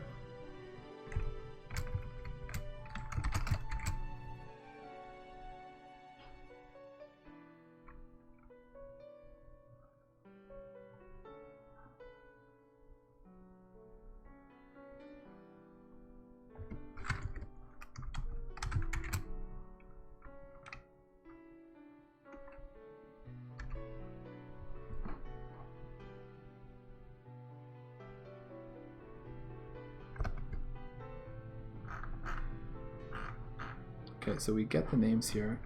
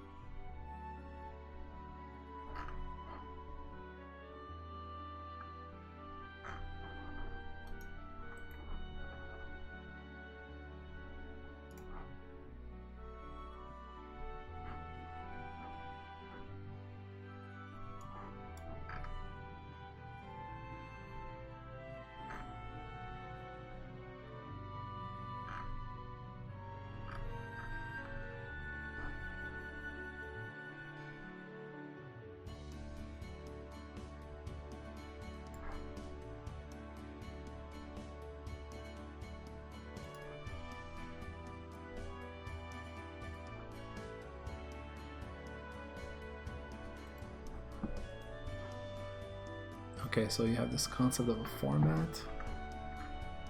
You can play around with paths. Returns a native version of the path. Returns the path in native pathing format converted to a string. Oh, that's useful.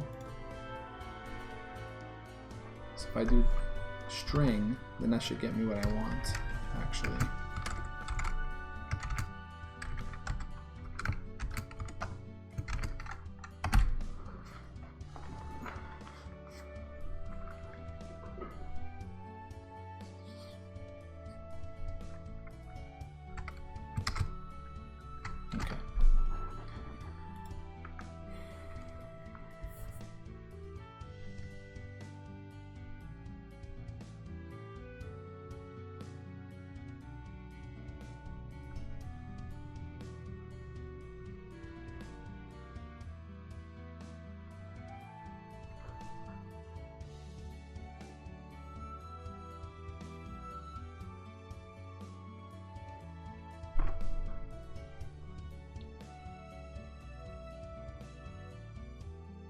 I'm trying to think how I want to store this.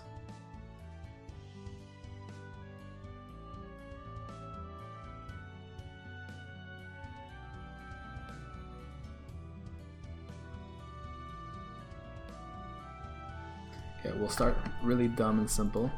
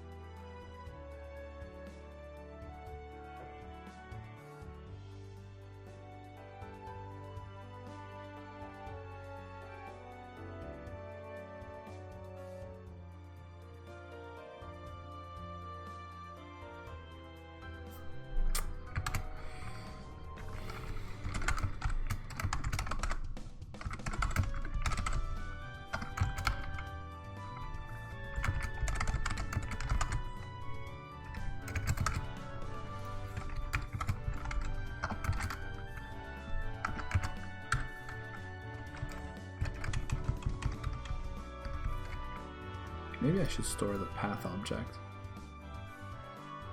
Can I do that?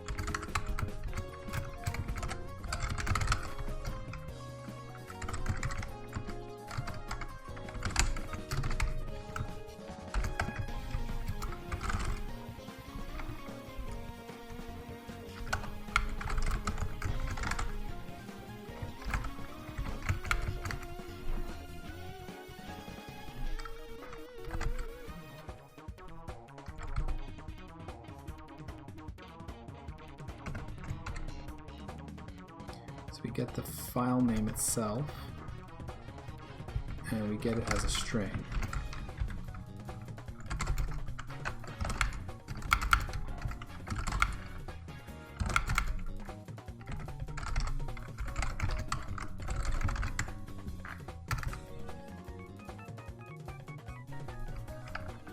Okay, now I can either do some regex or some splitting.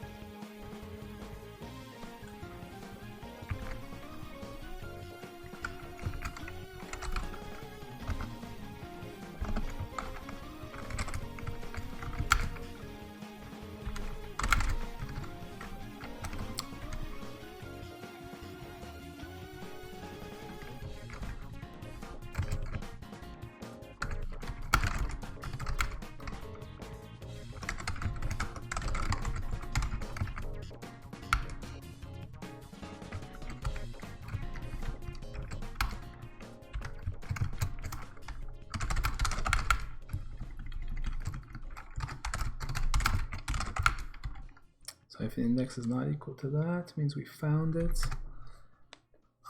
What I'm going to do here is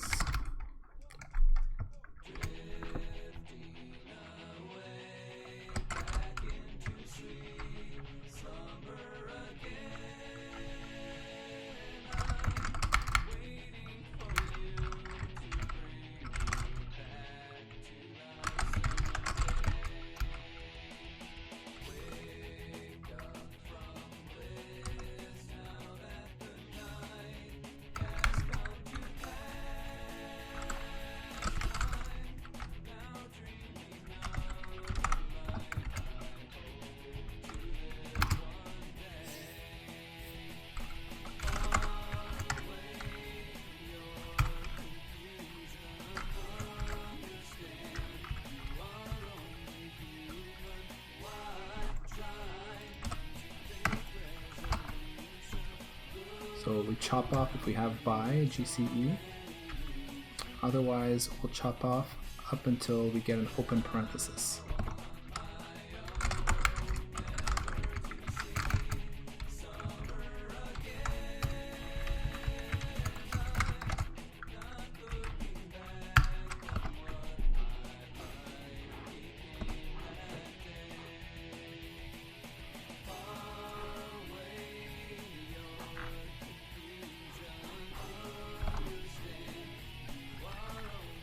Also, I'm wondering if I should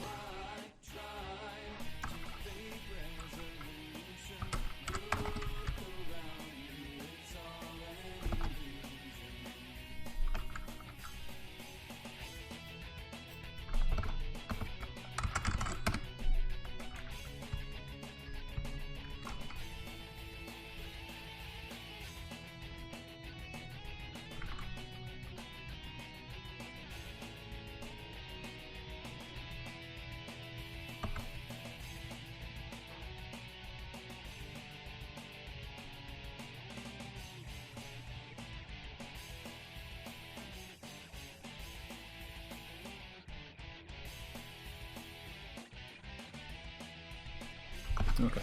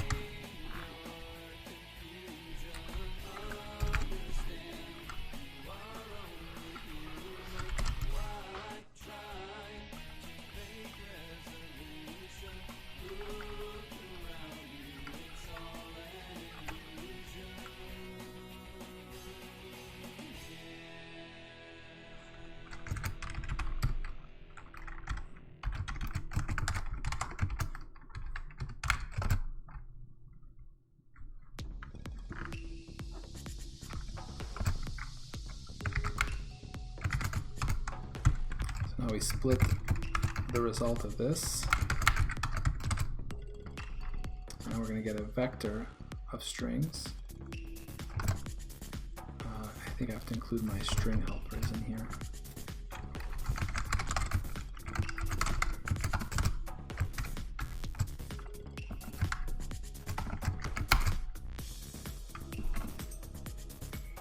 So yeah, vectors of strings. All right.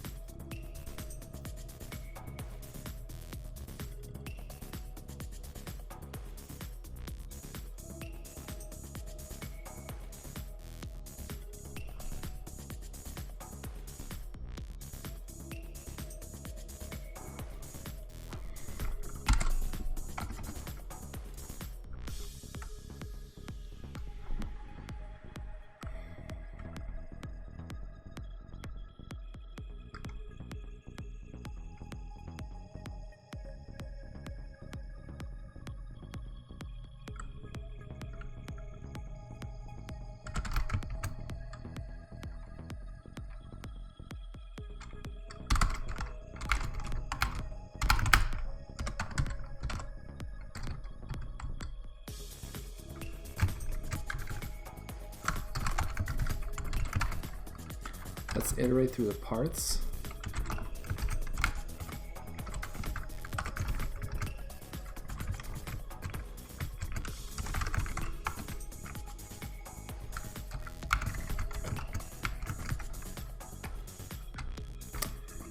And if S1 of I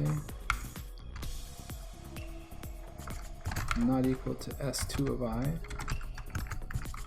return I.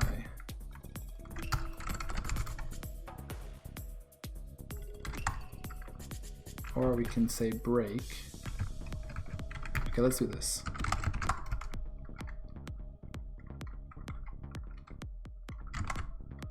Matched parts.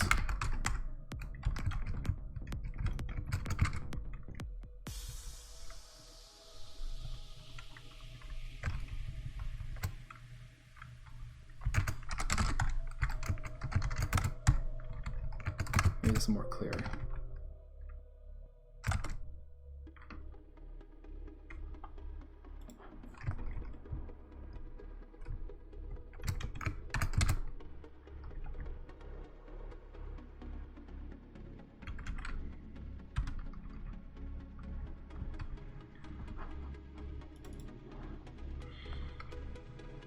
This can be an int. All right. So we have a way to kind of get like a score for the number of parts matched for each one. So we have load, we have this, we have overlay file fuzzy match, and now what we need is when we load a ROM, we want to try to find an overlay.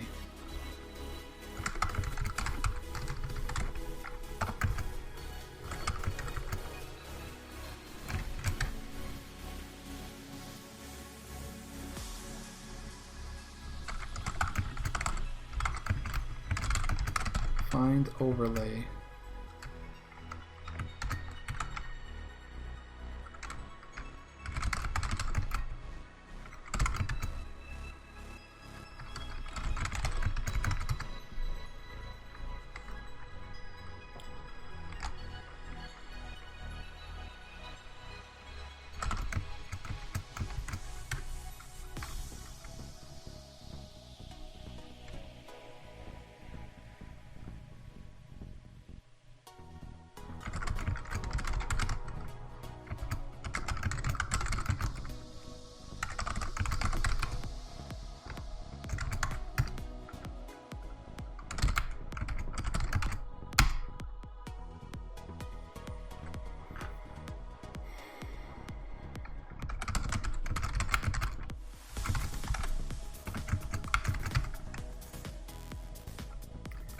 I guess I need to track what's the best size so far as well.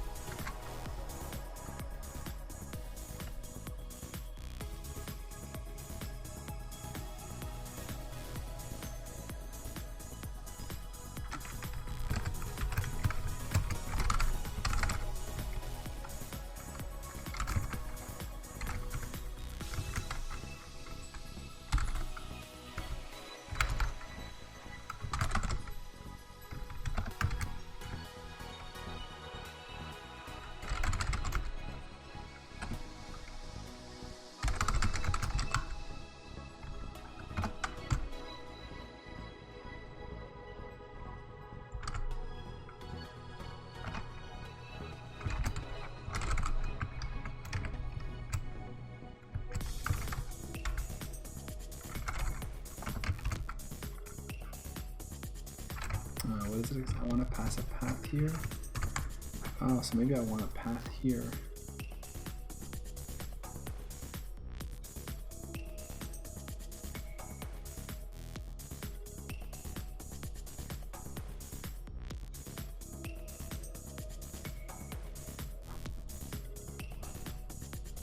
Does this convert? Maybe it does.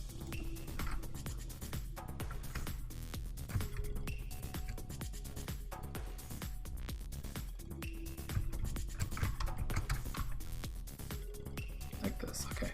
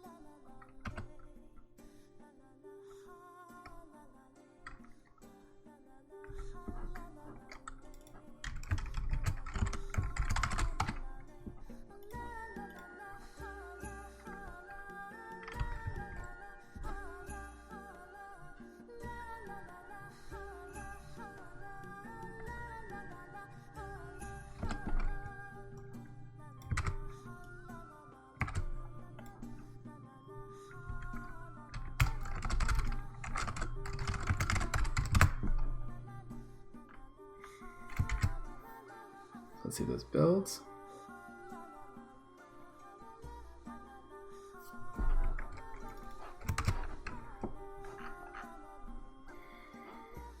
All right, so here's where we load the ROM.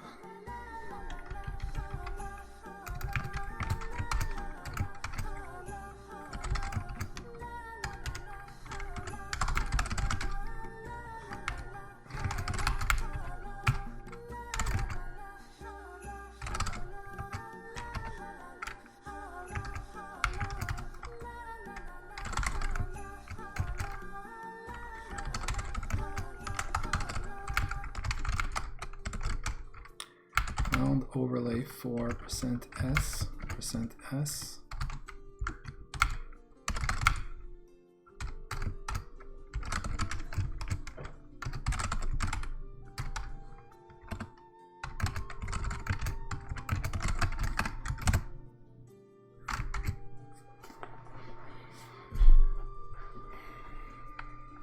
All right, so let's watch this not work.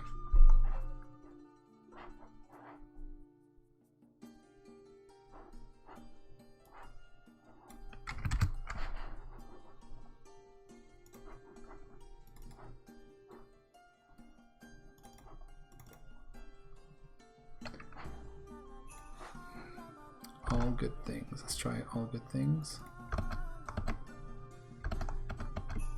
Okay, so that did not work, of course.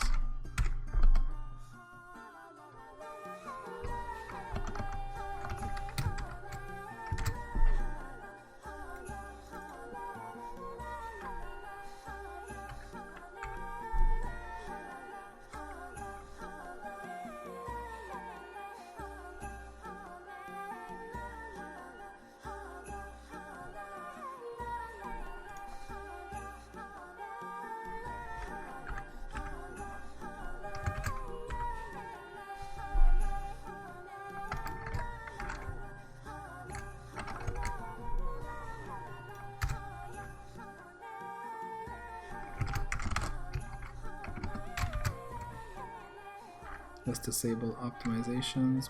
I always forget what I call this. Optimize off, optimize on.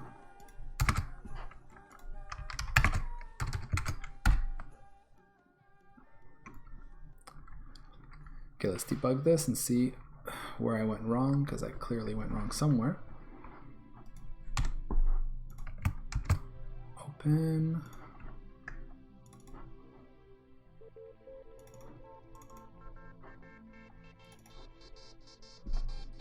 Okay, so we're trying to load all good things.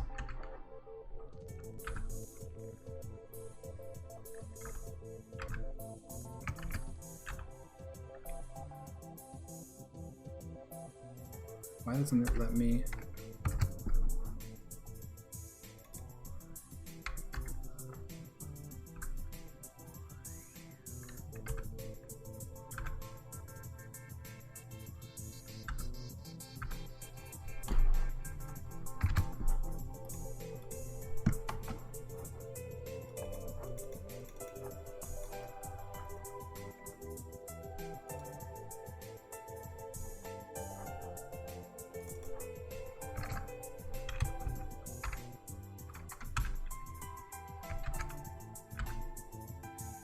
Okay, so here we are inside here, but my optimize off did not actually work. Oh, because of the lambda. Okay, that's okay.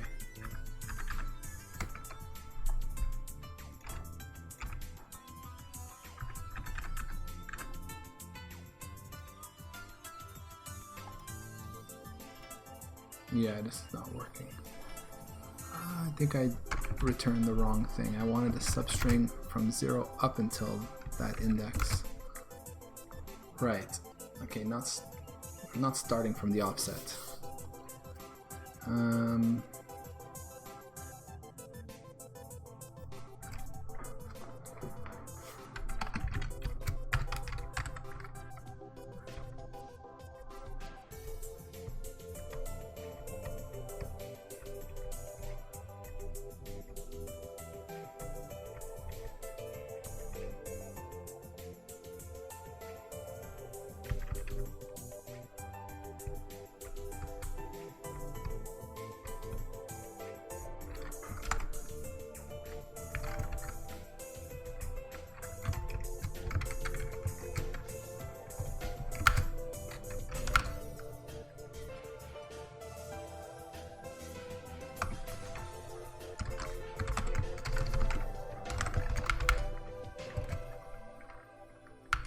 Might be like this.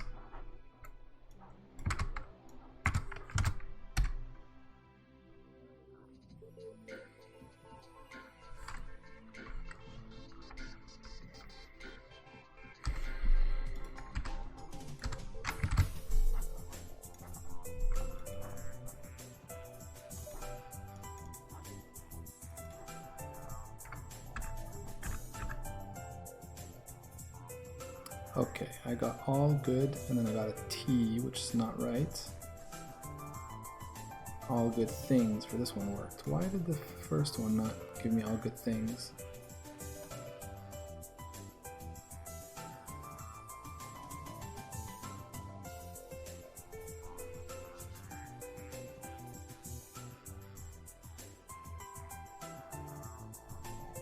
In fact, why didn't it give me more than just these parts?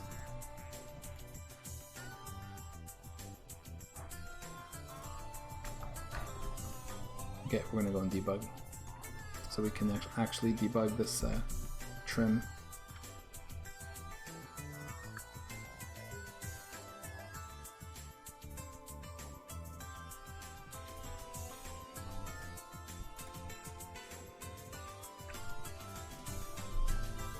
Oh, well, you know what?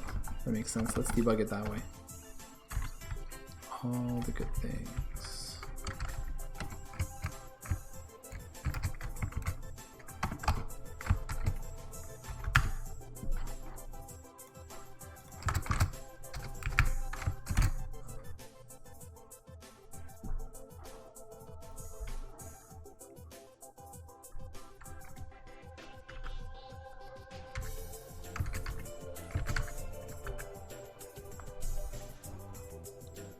So we're not going to find by G. No, we're not going to. Yeah, we are going to find the open paren. So this should return a string that is all the good things by John Donzilla.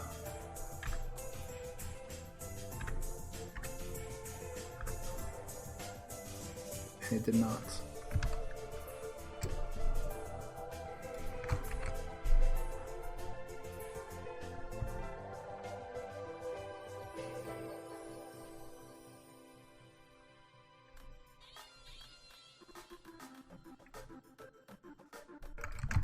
Right, of course.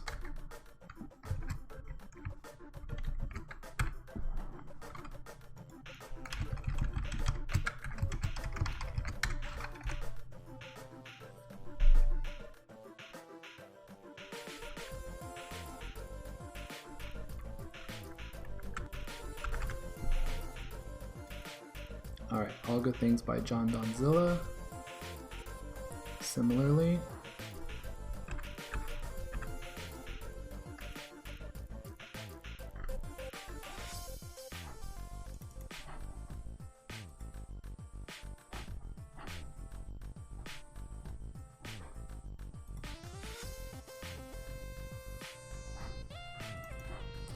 Okay, and actually I just noticed that when I iterate, I need to pick up just the PNG files, not the .art files, right?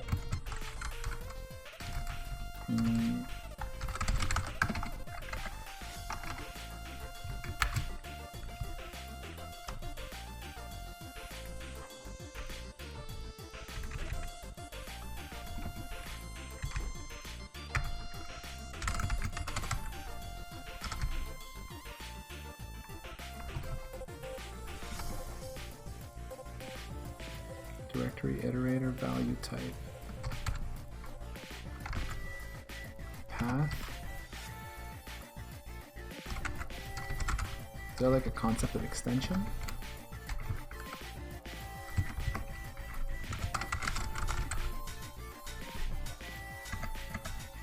Extension.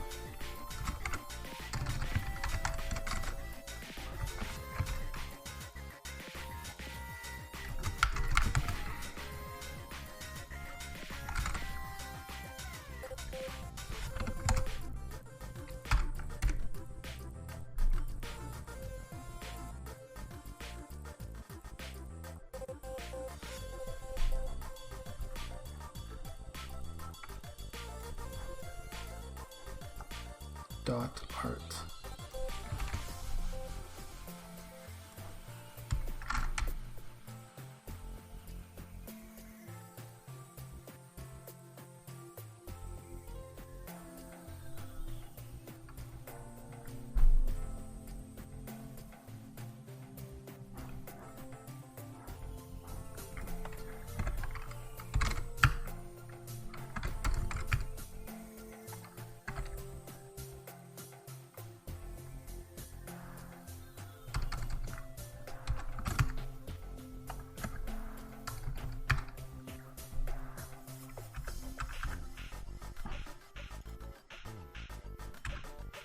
Okay, so this will add just the PNGs, so that now, when we look for our overlays,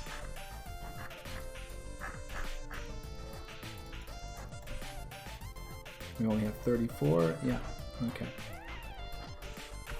So this one here, in terms of matched parts, should give us a very high confidence score.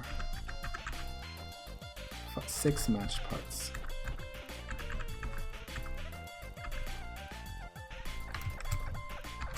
And that should be it. Yeah, best match is that one.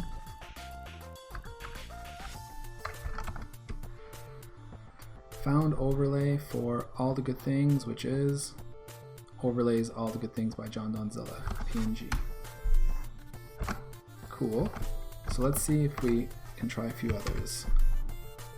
This one should have none.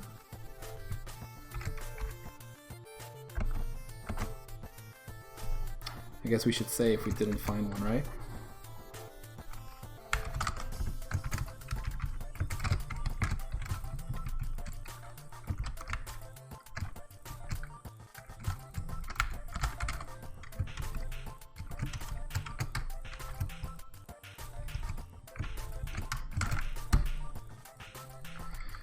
Okay.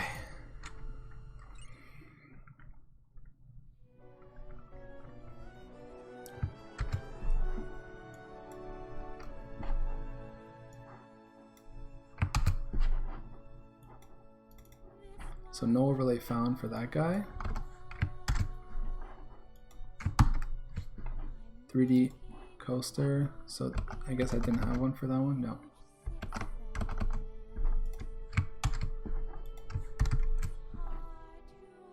3D demo, should not find one either.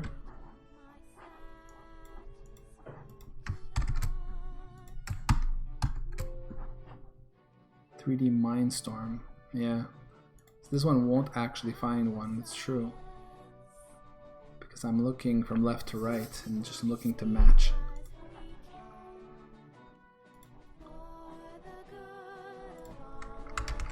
It's because I also have a ROM called Mindstorm, so I guess I don't have one for 3D Mindstorm.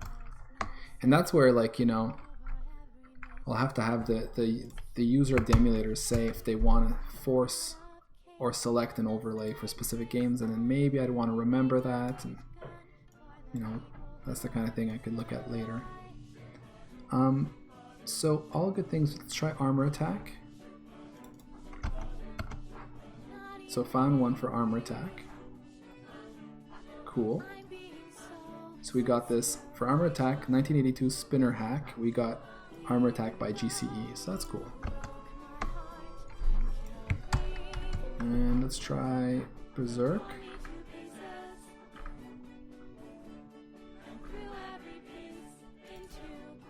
We found one. Mindstorm. Okay, so we're finding. Great. So now, if we find one, we need to actually load it. Right now I'm kind of hacked it into the GL render, so it's not the right place.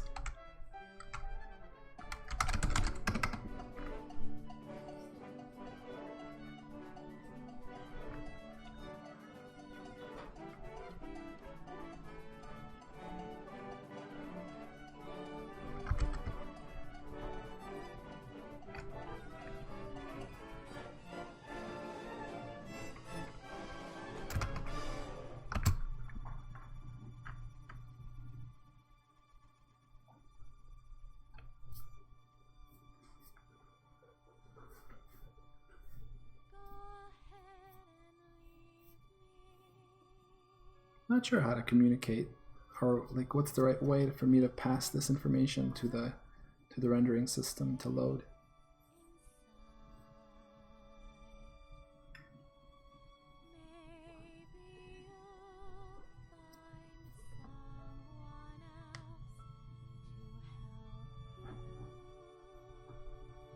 Maybe through the display? Doesn't really make that much sense, but maybe.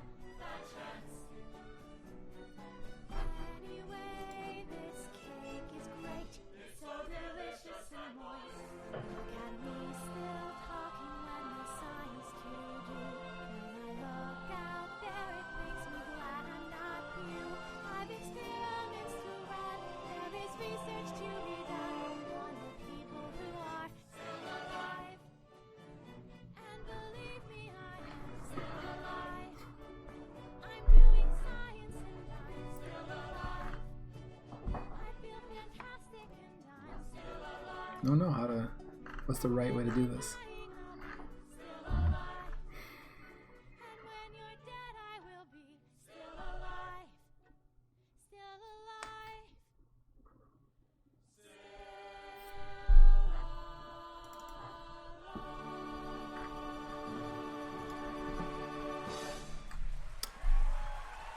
Maybe I'll just add another function here for now.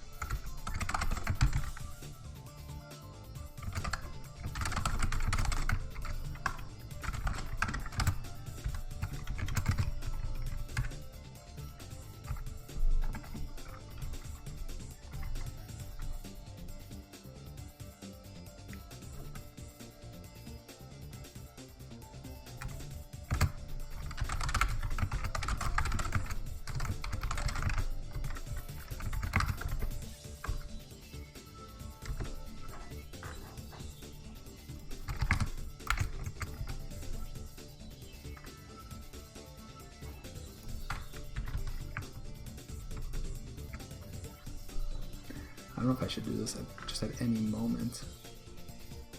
Is it okay for me to do it this way? Yeah, I think so.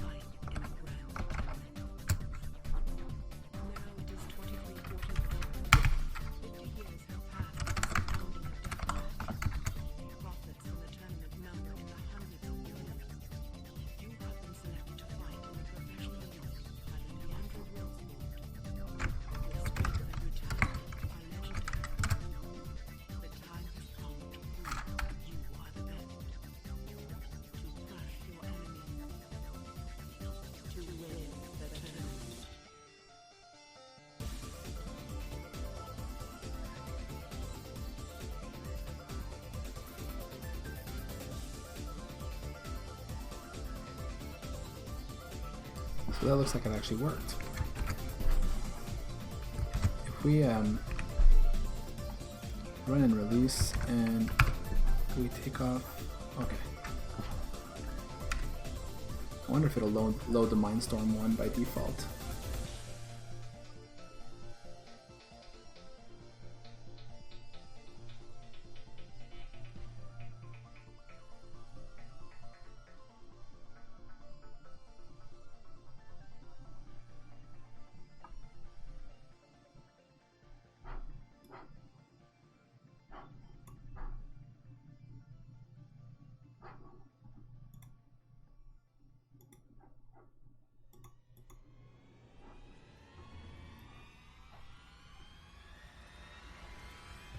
Whoa, what the? I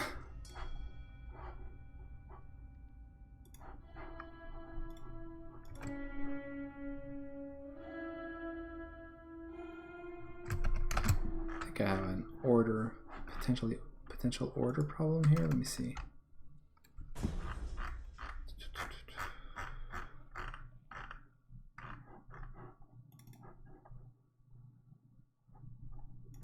Okay, now we load the overlays and we do load ROM.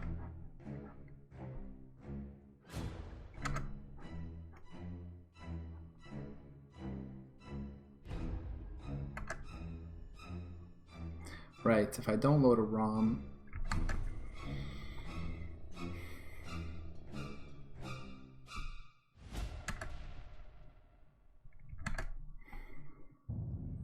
then it's Mindstorm that we want.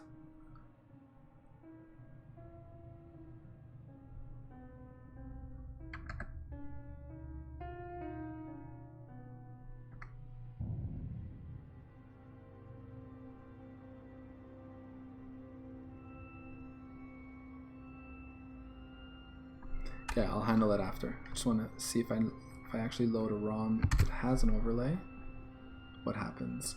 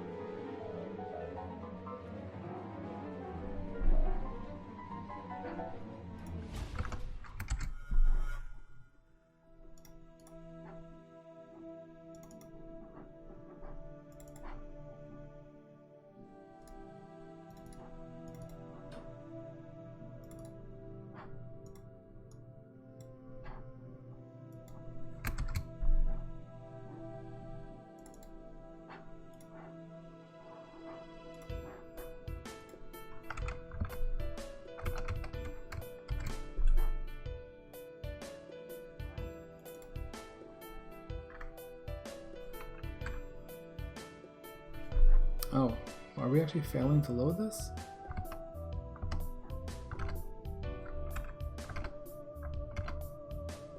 Why are we failing to load this? Fail to load overlay.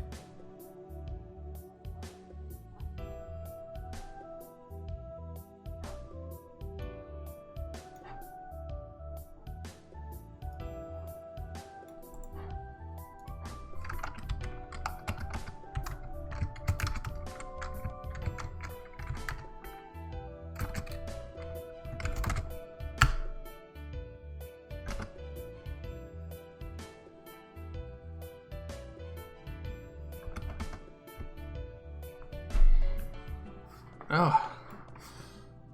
Hey, Trafalino.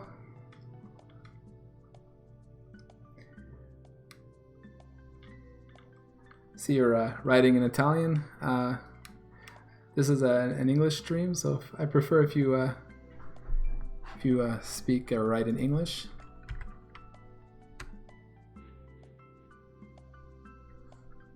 I think you're asking, do I program in C?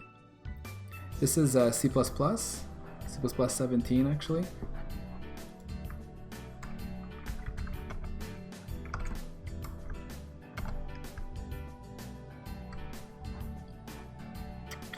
So why is it failing to load the overlay now? Overlays.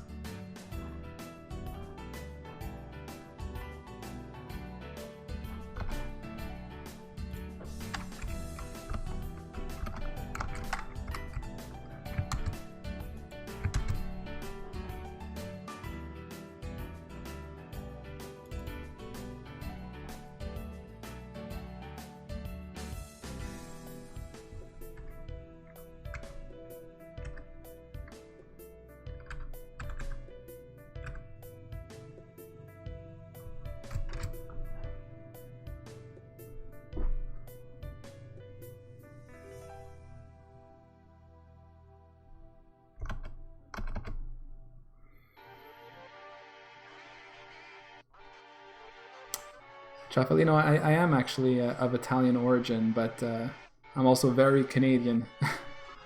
So, yeah, I don't speak much Italian, to be honest. I speak a little bit, and it's very broken.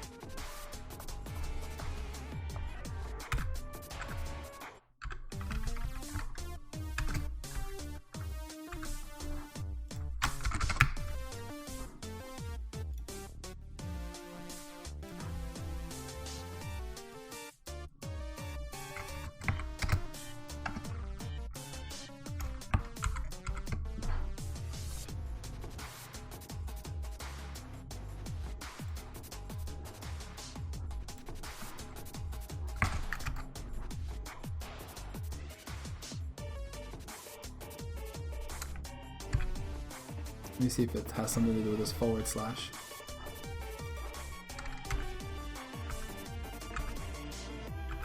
Okay, no. So what is it then? Is it like my current working directory?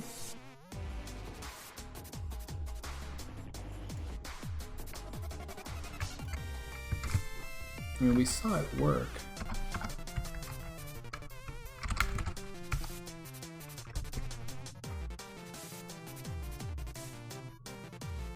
Super weird.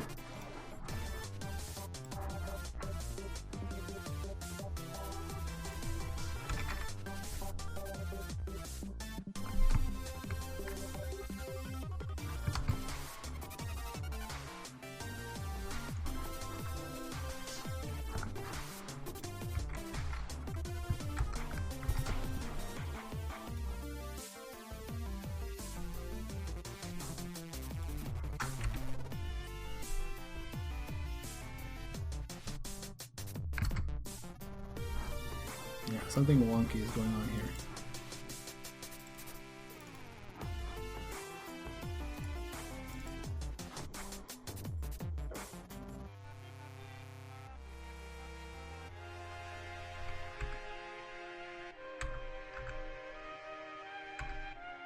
Wait, did this... Okay, no, it didn't work.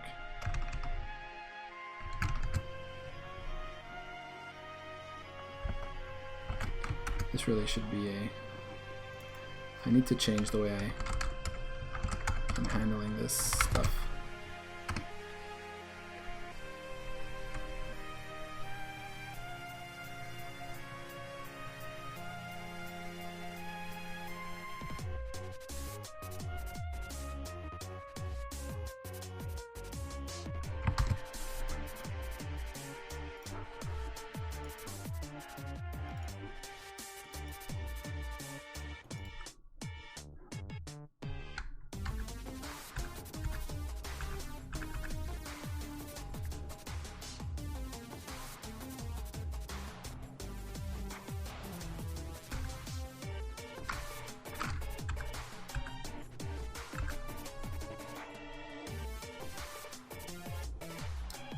I don't get it. Unless like something's locking these files, but I don't think so. I don't think I have anything running. Nope.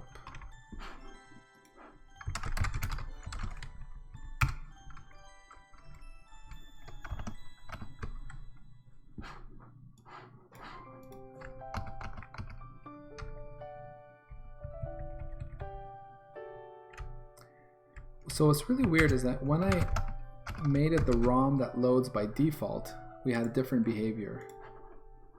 Like if I pass in, let's see if this works. Try to understand this. So now we're getting a set overlay file. This looks like the exact same path as before. And now it actually loaded.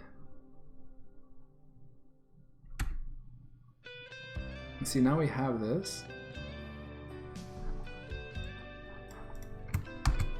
But if I load, let's see if once one's loaded, does that make a difference?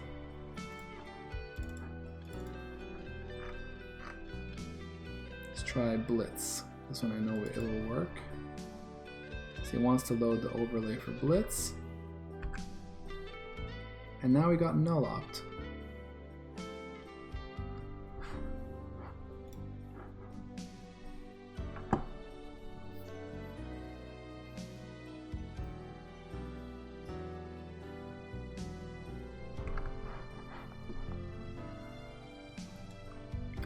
It's as if my current working directory changed somehow. Could it be that iterating through overlays messes it up?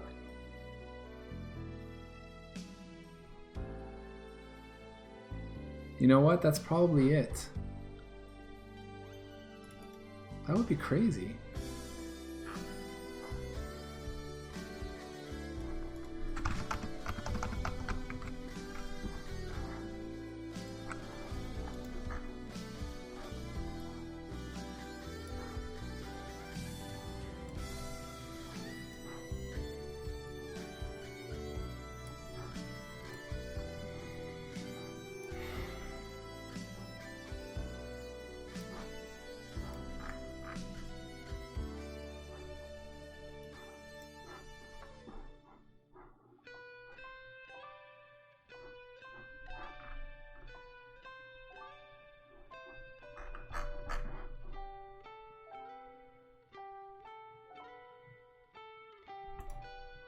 I wonder if that's it. Like if we iterate over the directory, is it that our current directory becomes whichever last one we iterated through? So in our case, it would become overlays. And if that's true, what are you supposed to do? Is there like a way to remember, like push pop the current directory? It seems crazy, that kind of side effect.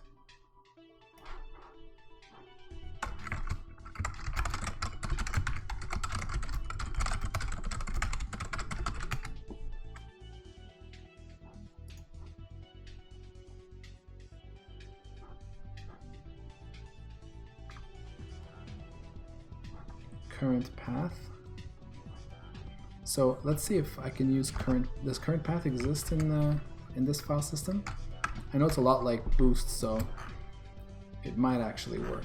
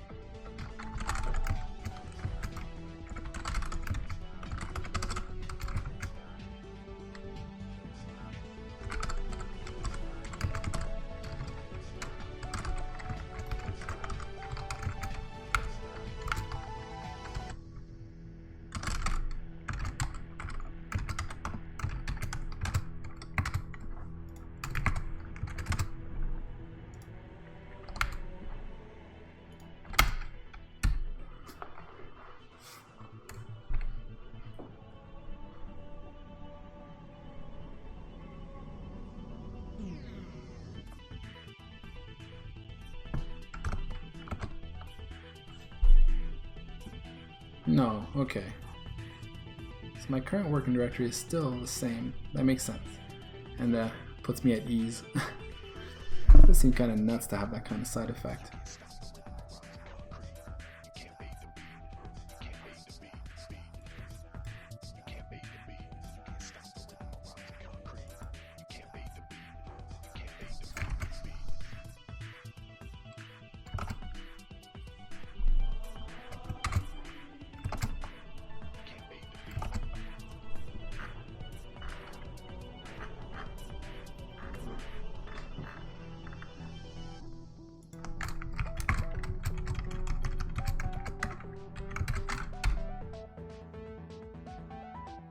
To make sure it remains the same.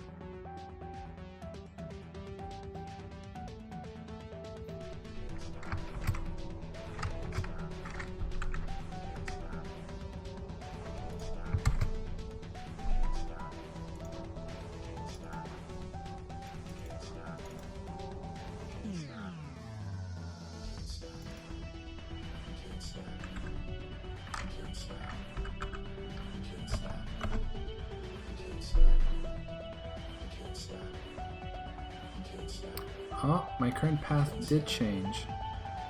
Okay, and that's as a result of doing an open file. Ah. Okay, interesting.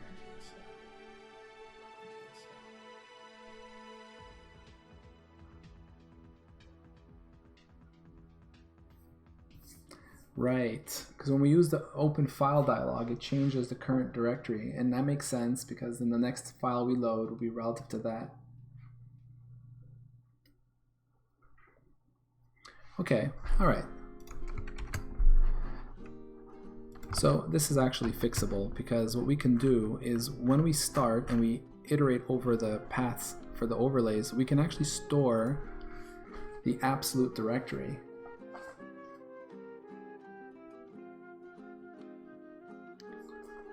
Getting late. I'm so close. So let's see.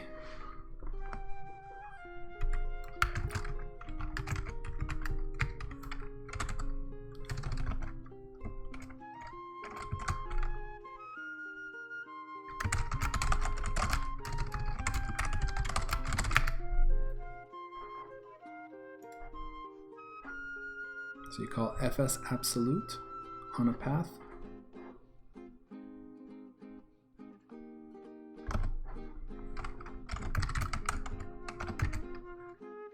Give it a path and then it uses current path. That makes sense.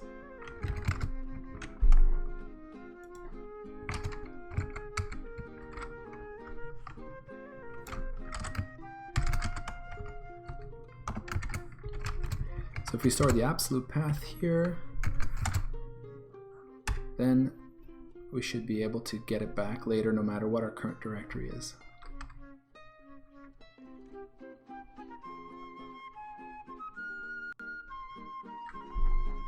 So now we have the full path to the PNG, which should work. And if we try to open another one,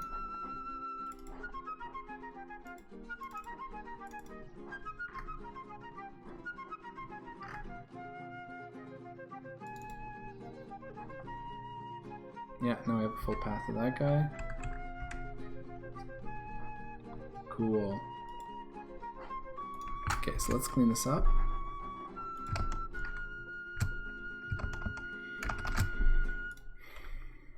Do we need this? Yeah, if we load something that doesn't have an overlay, that's the thing I need to fix right now.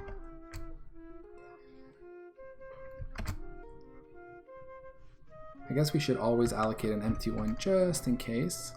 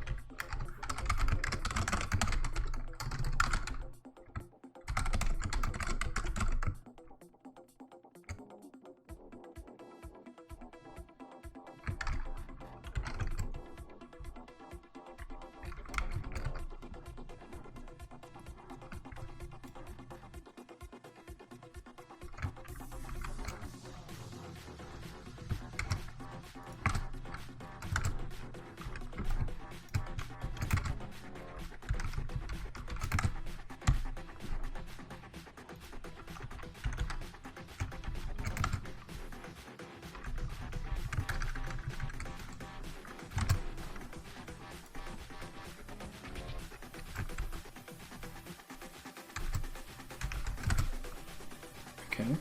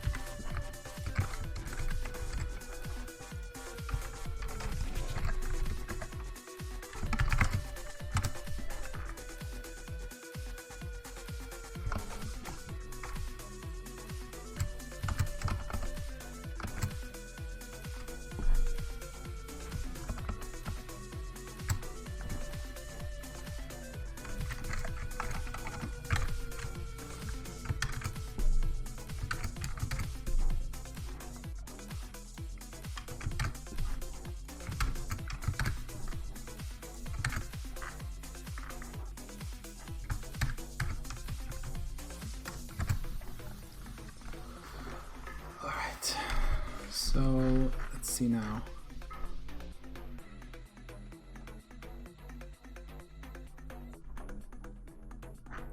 I still have the problem that when I start and I don't have a ROM, that I'm not loading the Mindstorm overlay.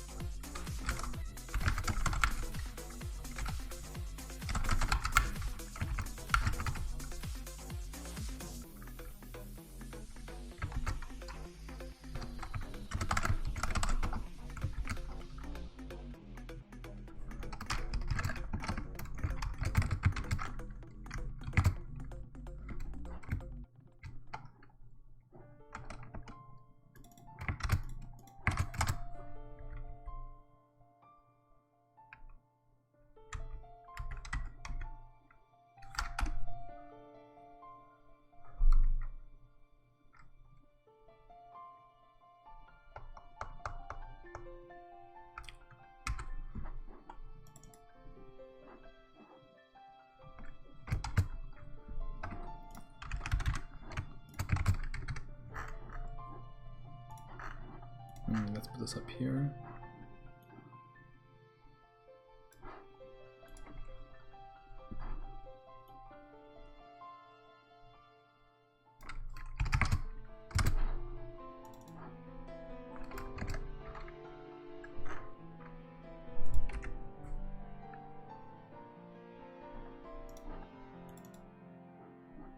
It's annoying.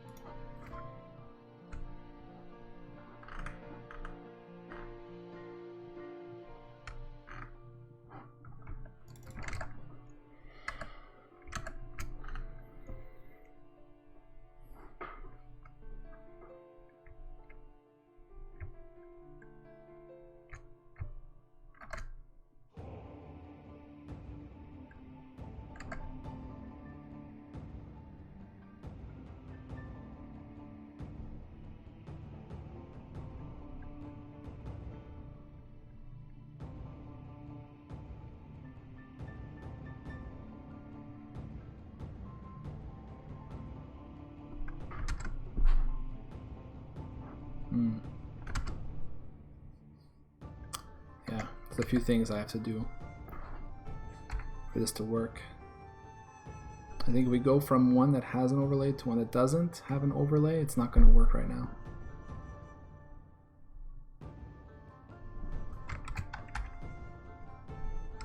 Like right now we have one, let's say, and we go to Vectrexy stuff. Let's say we take this old school demo. You see it didn't find one, but it didn't set this one to no overlay.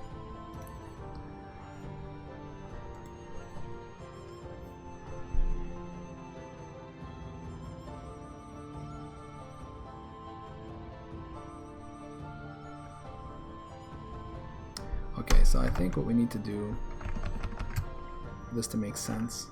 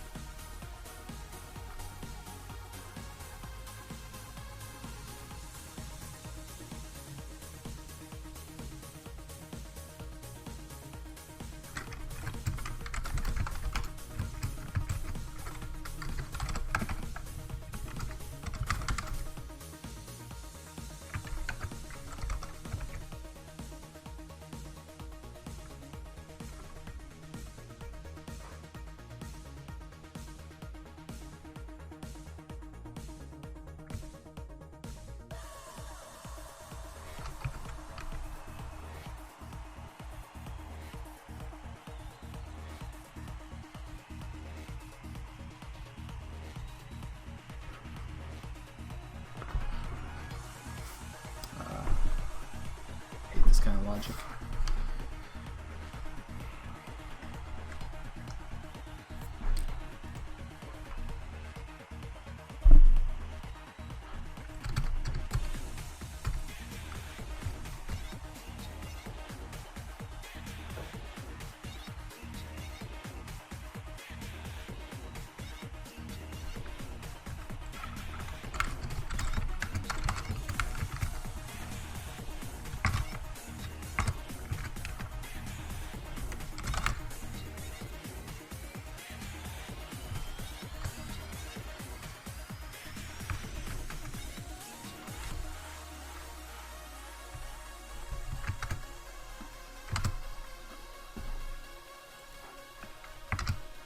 Technically, if we do this, we could do this.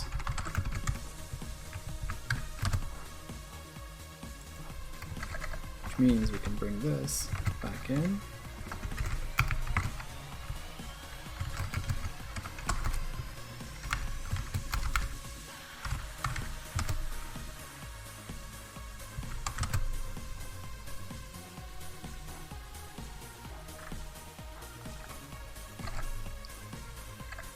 So we allow a reset to be called with null.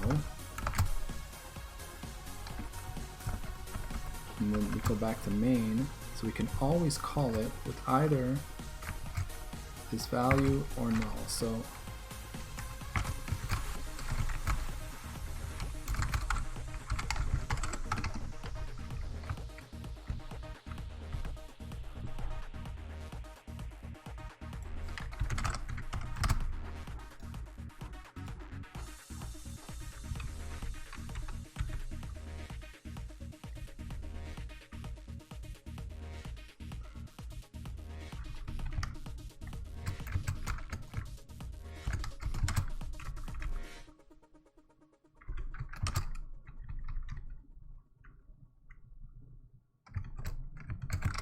or maybe it makes it more clear if we just do it this way.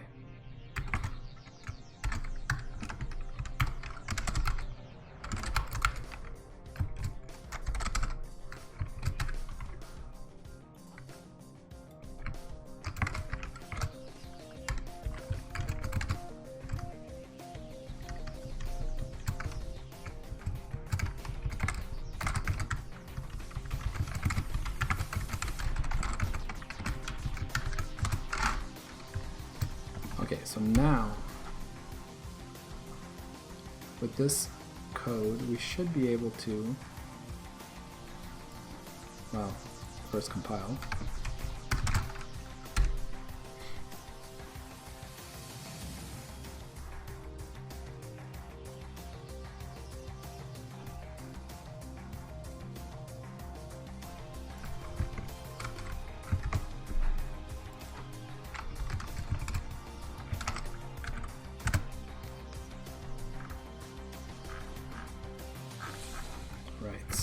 Reset, load ROM.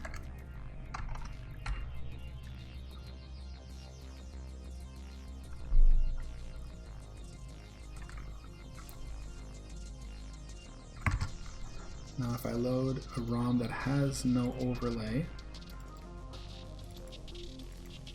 yeah, there we go. No overlay found, and then if we load one that has an overlay,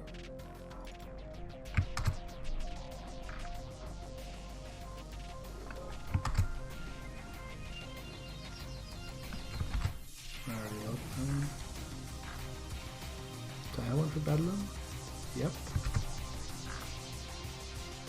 Berserk.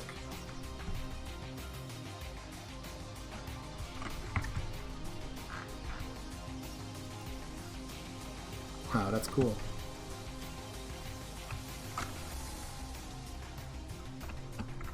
It's pretty sweet.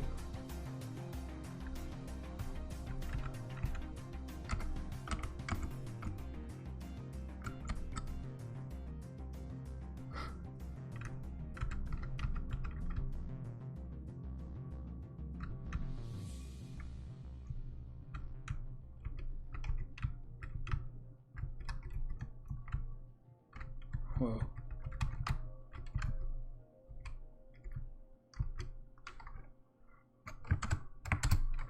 see what else. What else do we have? We have right. We have Blitz, which is a football game. I actually own this game,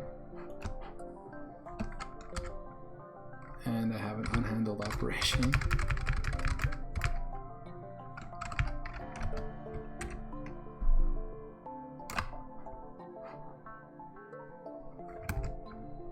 Oh, let's try with no ROM and see if Mindstorm works.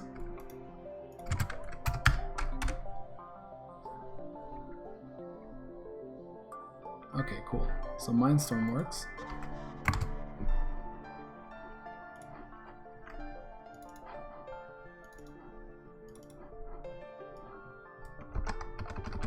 We have Clean Sweep.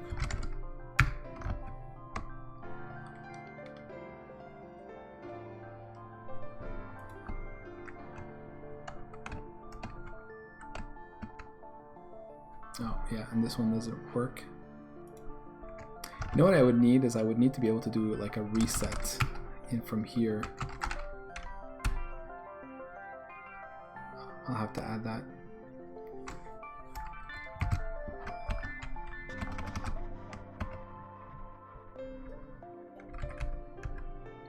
Okay, we have Heads Up, Fortress of Narzard.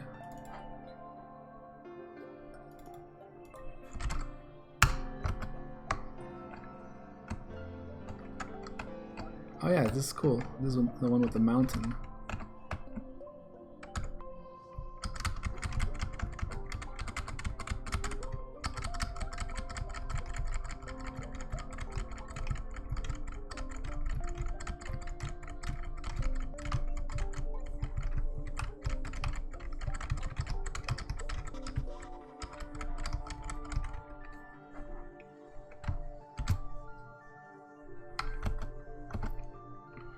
Heads Up.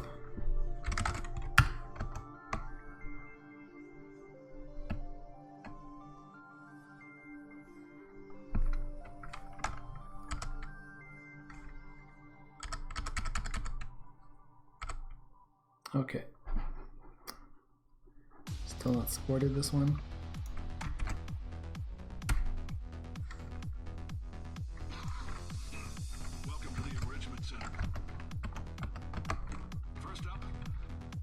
We know Mindstorm works.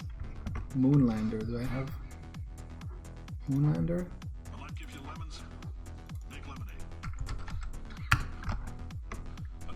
Oh wow, that's a cool cool overlay.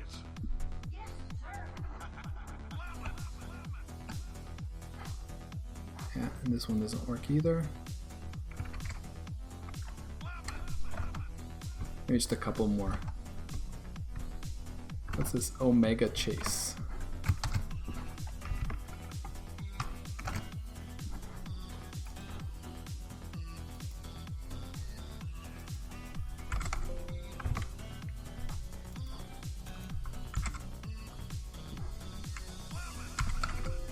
I don't have Mega Chase. Oh, no, Omega Chase. Okay. Oh, that's cool too. These are actually like modern games. You may have heard we're going to phase out human testing. There's still Cool font. to wrap up, though. The bean counters told me we literally could not afford to buy 1998. 7,000 Oh, and I really moonrise gotta for 70 million. implement this long branch. Bought 'em anyway. It's ridiculous. Okay, so I'm pretty satisfied that this is working. Ground up moon rocks are pure poison. I am deathly ill. So at this point, I think I don't know if it's worth having this. Yeah, I guess all right. In case we ever like want to spruce up this algorithm for finding.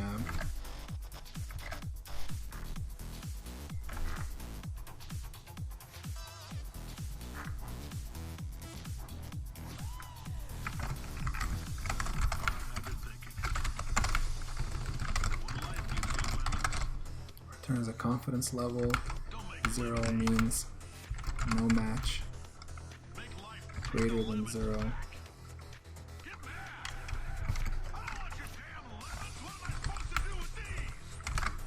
Increasing confidence.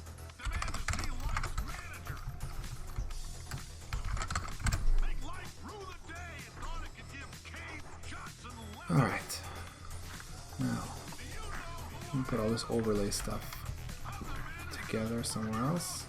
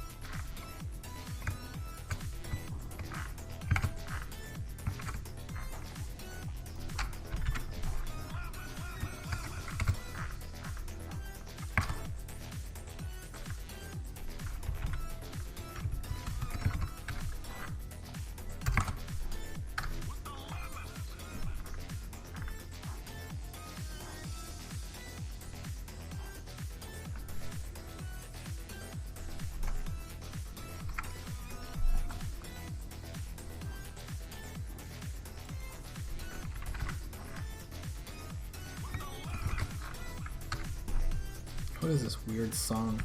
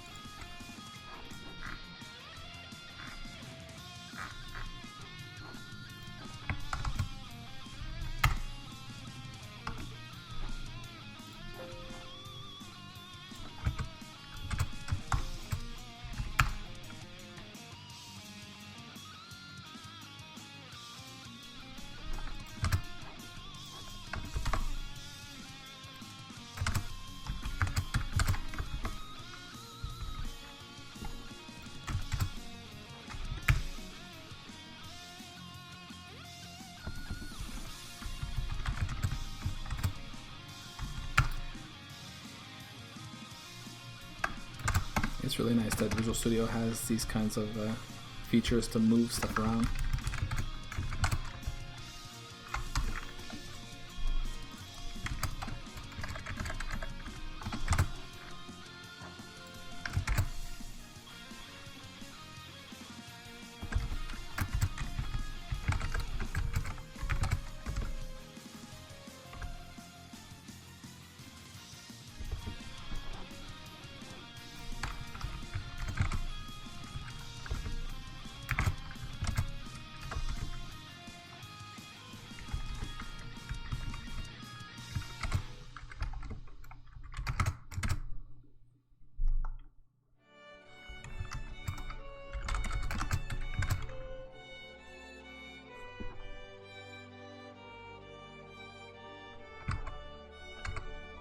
Alright, I can't do that, eh?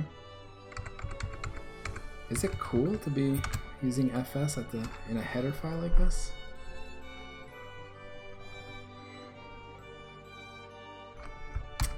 Guess we'll make that exception for now.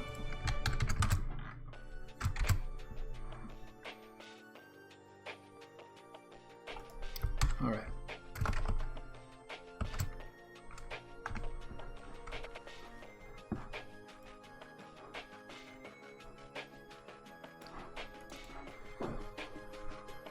Alright, so we load our overlays here.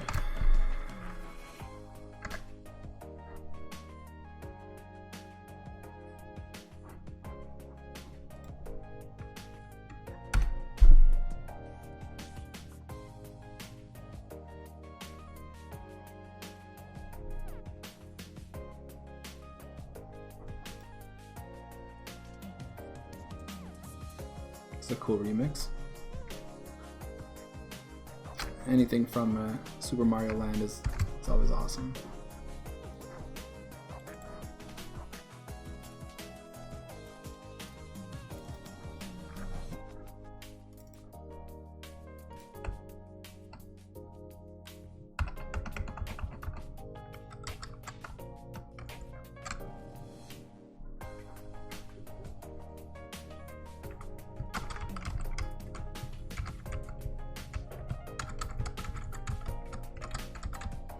Oh wow. Okay, so this is like a hack where you can shoot a lot of bullets.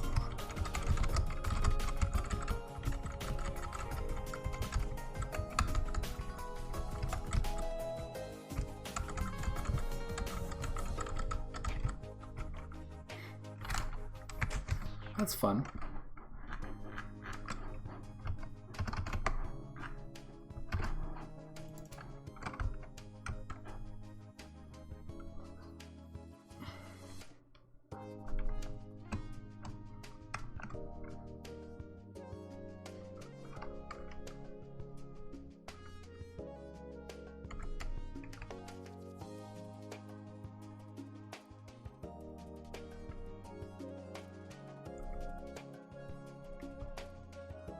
I haven't played this game yet. Press up to play. Ships 3 level 1. Okay. Oh, nice.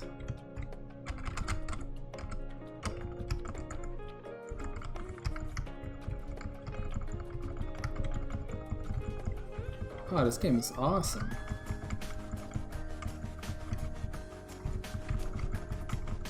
I really gotta play with my joystick though.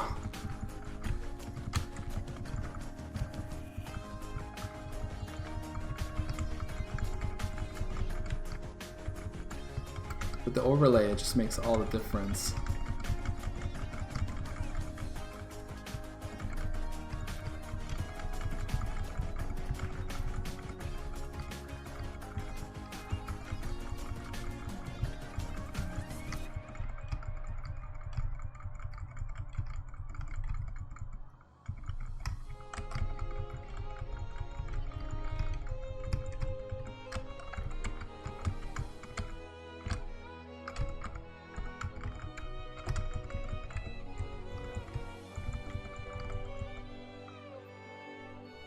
Super cool.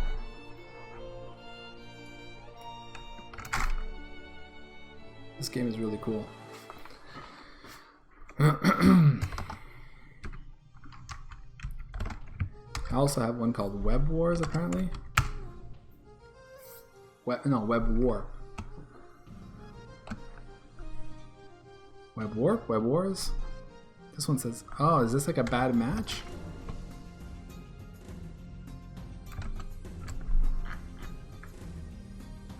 Web Wars, Web Warp. Okay. There is a Web Warp and a Web Wars. Looks like basically this file was erroneously named Web Wars over here.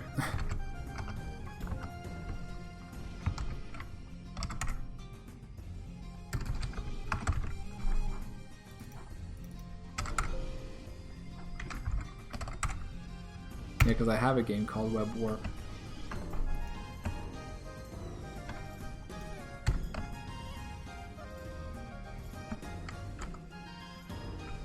Another LBRA. I really need to implement this instruction because a lot of games use that one. All right, let's get this checked in.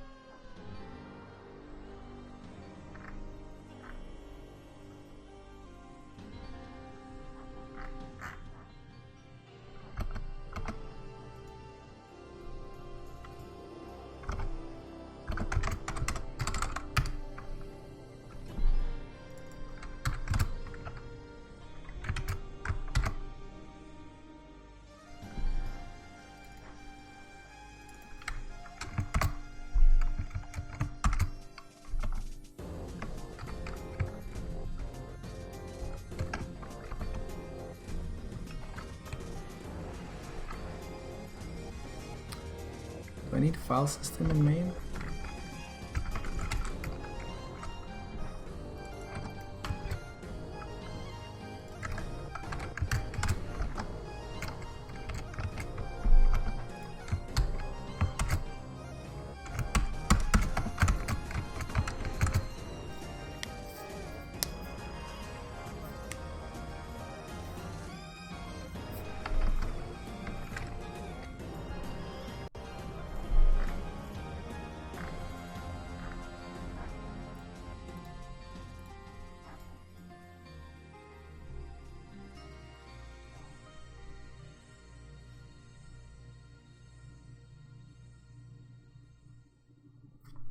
The only change I'm going to make is, I think I'm going to just rename this to reset overlay.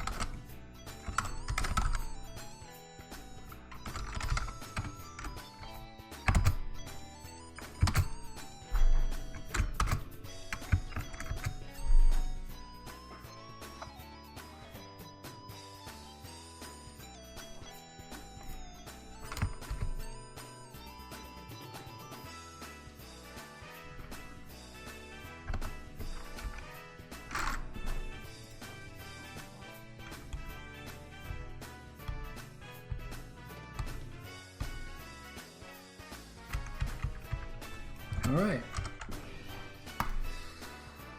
so this change, this is the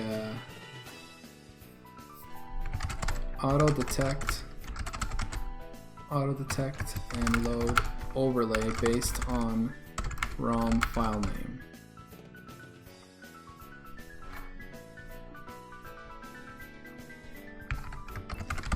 expects overlays to exist to be in a directory named overlays at the root.